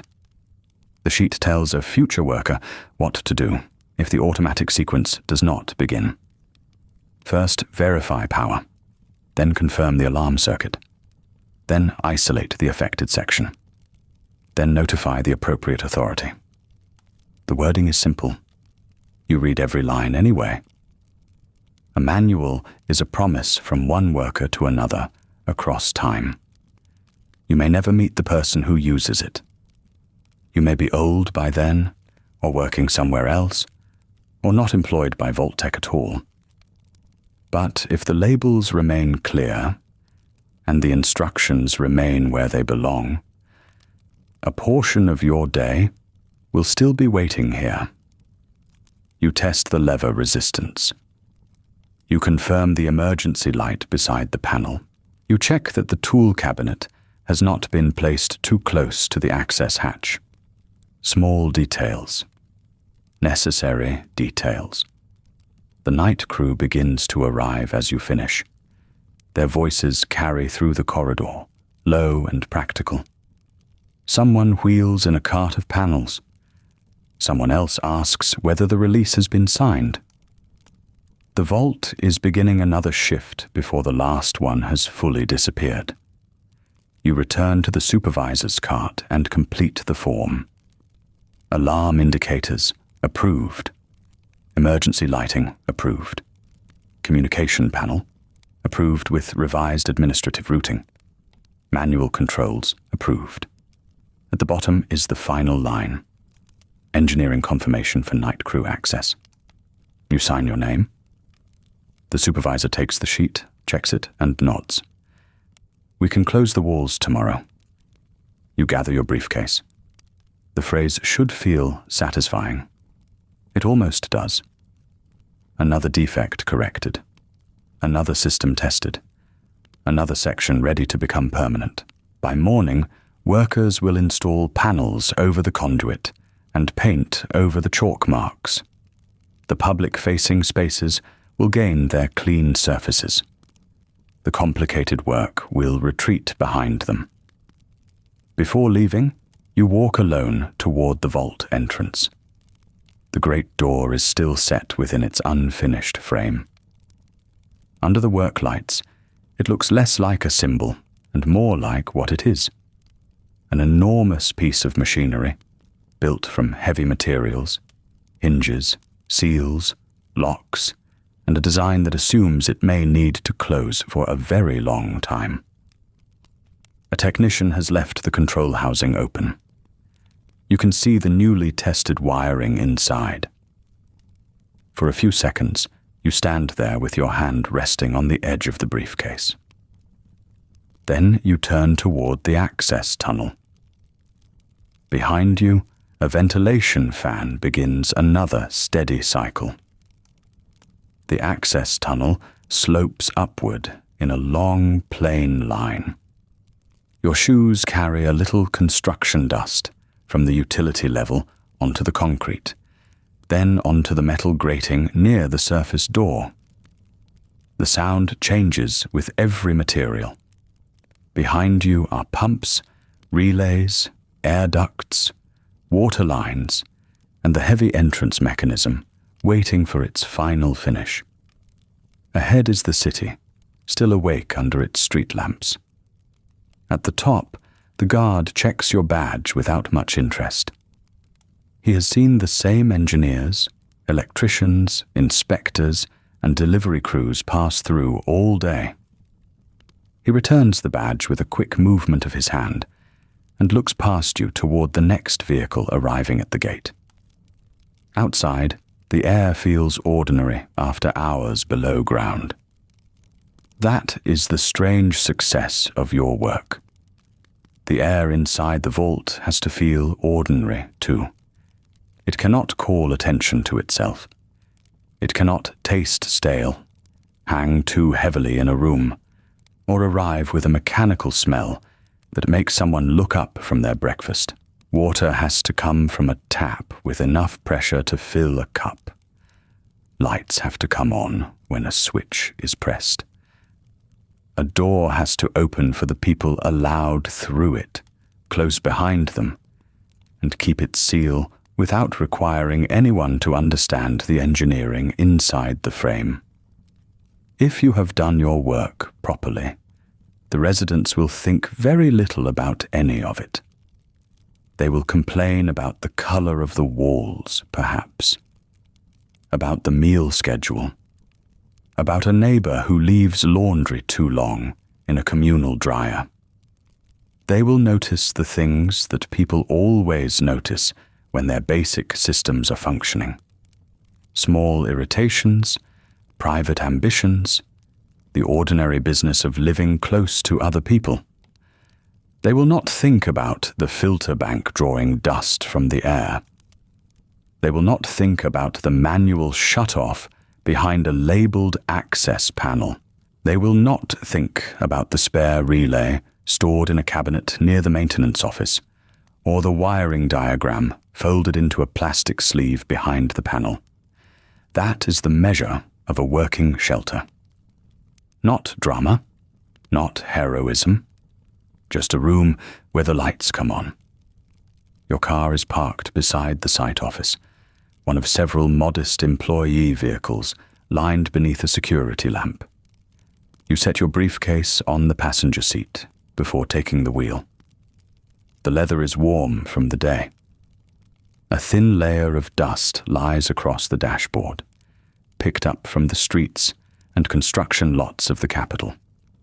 You wipe it away with the edge of your sleeve, start the engine, and pull into the evening traffic. Washington is still bright. Office windows glow above the sidewalks. Restaurants are open. A delivery robot rolls carefully along the curb, with a stack of boxed meals secured in its storage compartment. At an intersection, a billboard shows a painted family in clean blue suits, standing beneath a cheerful yellow emblem. The father holds a small suitcase. The mother has one hand on a child's shoulder. Behind them is a vault door, clean and round and perfectly centered. The message beneath them promises preparation, comfort, and peace of mind. You have spent the day beneath a real vault door. You know that peace of mind has a thickness measured in steel. a cost measured in contracts, and a maintenance schedule measured in pages. You know the door needs a crew with the right lifting equipment before it can be adjusted. You know its seals must be inspected before they disappear behind finished panels. You know that an alarm system does not become useful because a red light has been mounted near a hallway. It becomes useful because someone decided which signal reaches which desk, who is permitted to respond, how long a backup battery lasts, and what a resident is allowed to know when it begins to sound. The billboard does not mention any of that. It is not meant to. It sells the finished idea, a place below ground, waiting calmly for the day it might be needed. A household made safe through foresight and good planning.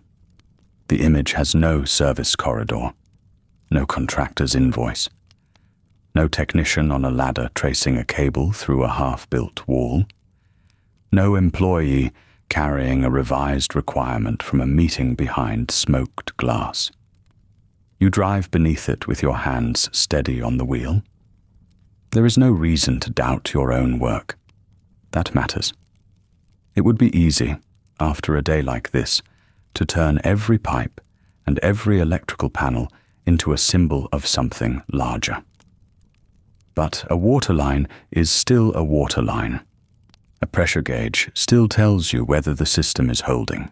A badly fitted seal is still a badly fitted seal, whatever language the corporation uses in its boardrooms.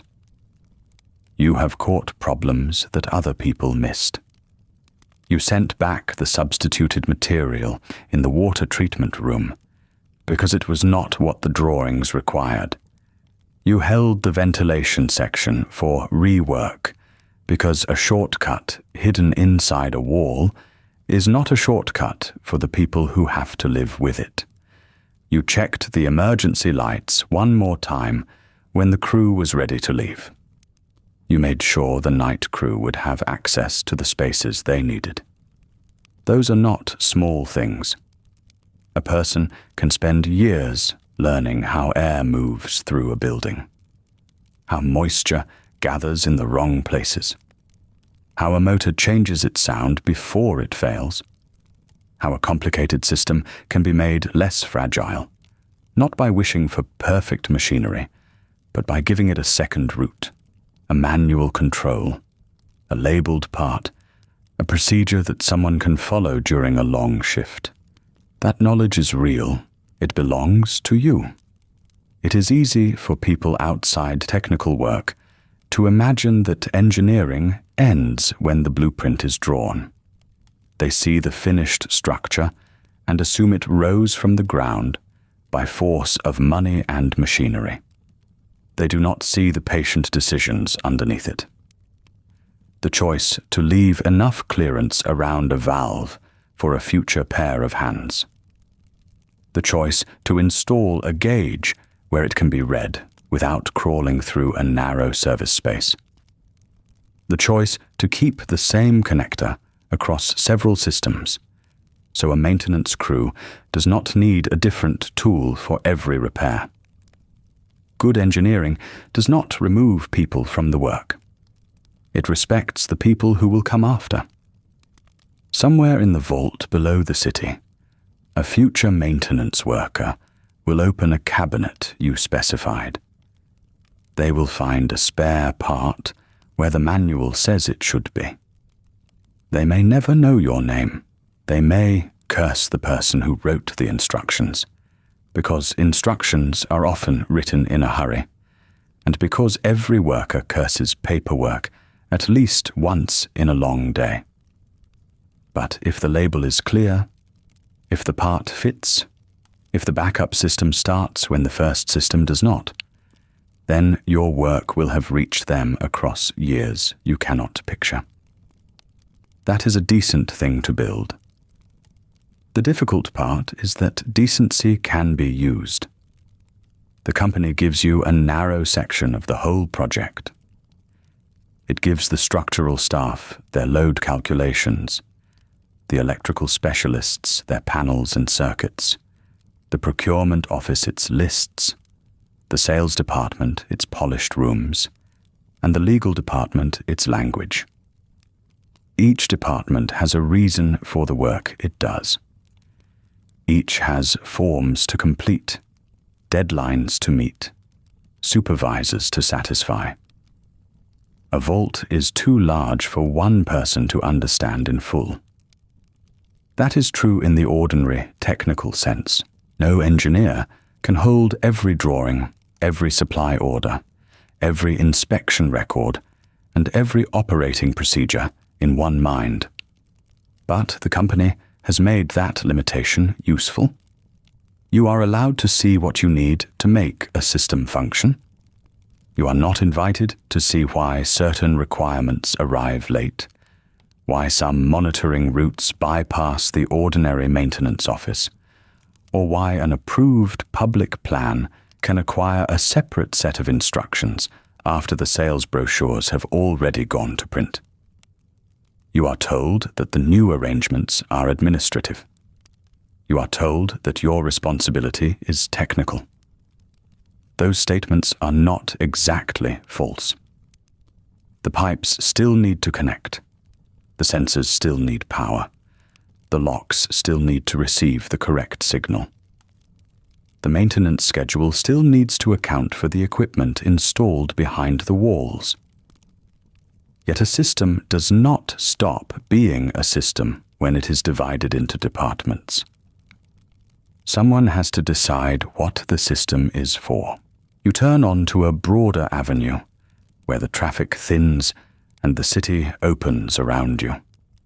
Beyond the office, towers are neighborhoods with trimmed hedges, apartment blocks, corner stores, and families carrying bags home from the market. The lights in their windows make small squares against the evening blue. Many of them have seen the Vault-Tec advertisements. Some have likely filled out the forms, attended presentations, or discussed the cost of a place over dinner. Some assume that skill, savings, and good judgment will be enough to secure safety if the world ever requires it. You know better than most that a vault place is not simply purchased like a refrigerator or a new car. There are applications, selections, lists, clearances, contracts, and rules written far from the people expected to trust them. There are government relationships that do not appear in the advertisements. There are corporate priorities that do not fit neatly into a cheerful family brochure. There are rooms behind glass where a technical amendment becomes a policy, and a policy becomes a sensor, a lock, a report, a schedule. Even you, who help make the shelter work, do not carry a guaranteed place in it. Your salary is good, your apartment has hot water, reliable power, and a kitchen stocked with food from stores that expect another delivery in the morning. You can buy coffee in the cafeteria without calculating whether it will leave you short at the end of the week. You own pressed shirts, a working vehicle, tools of your own, and a briefcase full of documents important enough to keep locked. By the standards of the city, you are doing well.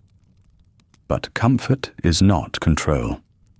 The company can praise your inspection work and still keep you outside the decisions that matter most.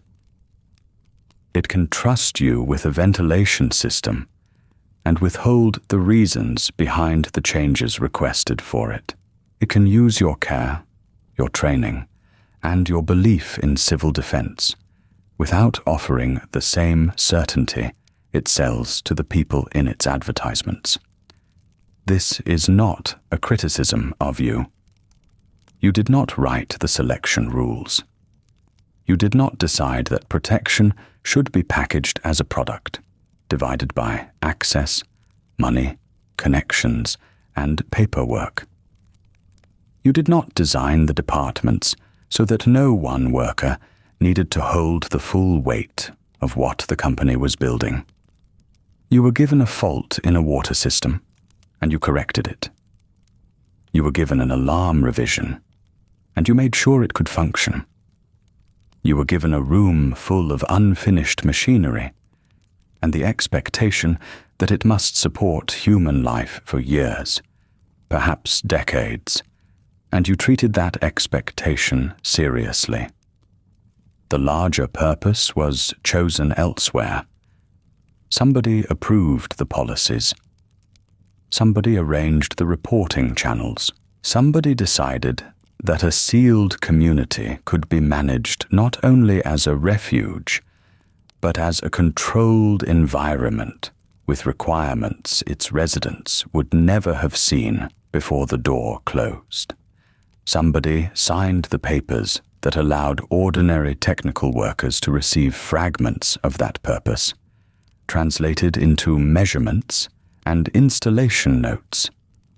The company will keep those papers. It will keep the contract records, the inspection forms, the payroll files, the procurement lists, and the polished photographs from the public tour. It will preserve the corporate language that makes every decision sound orderly. It will have a place for the vault number, the project code, the completion date, the responsible departments, and the federal approval stamps.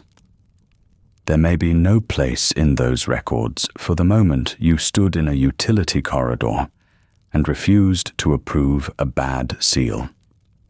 No place for the extra minutes you spent listening to a motor settle into its proper rhythm. No place for the care you took with a future worker you would never meet. By the time you reach home, the city has begun to quiet. The traffic outside your building is lighter now. A television flickers behind one ground floor window. Somewhere nearby, a radio plays low enough that you cannot make out the song, only the soft rise and fall of music from another apartment. You carry the briefcase upstairs. Inside, the rooms are familiar in the simple way that makes them restful. There are groceries on the counter. A note beside them asks you to remember something for tomorrow. Your work jacket goes over the back of a chair. You loosen your collar and set your badge beside the work papers on the small table near the door. The plastic catches the lamplight for a moment. Then the room is quiet. Far beneath the city, behind unfinished walls and newly approved panels, a ventilation fan continues its steady, newly tested sound.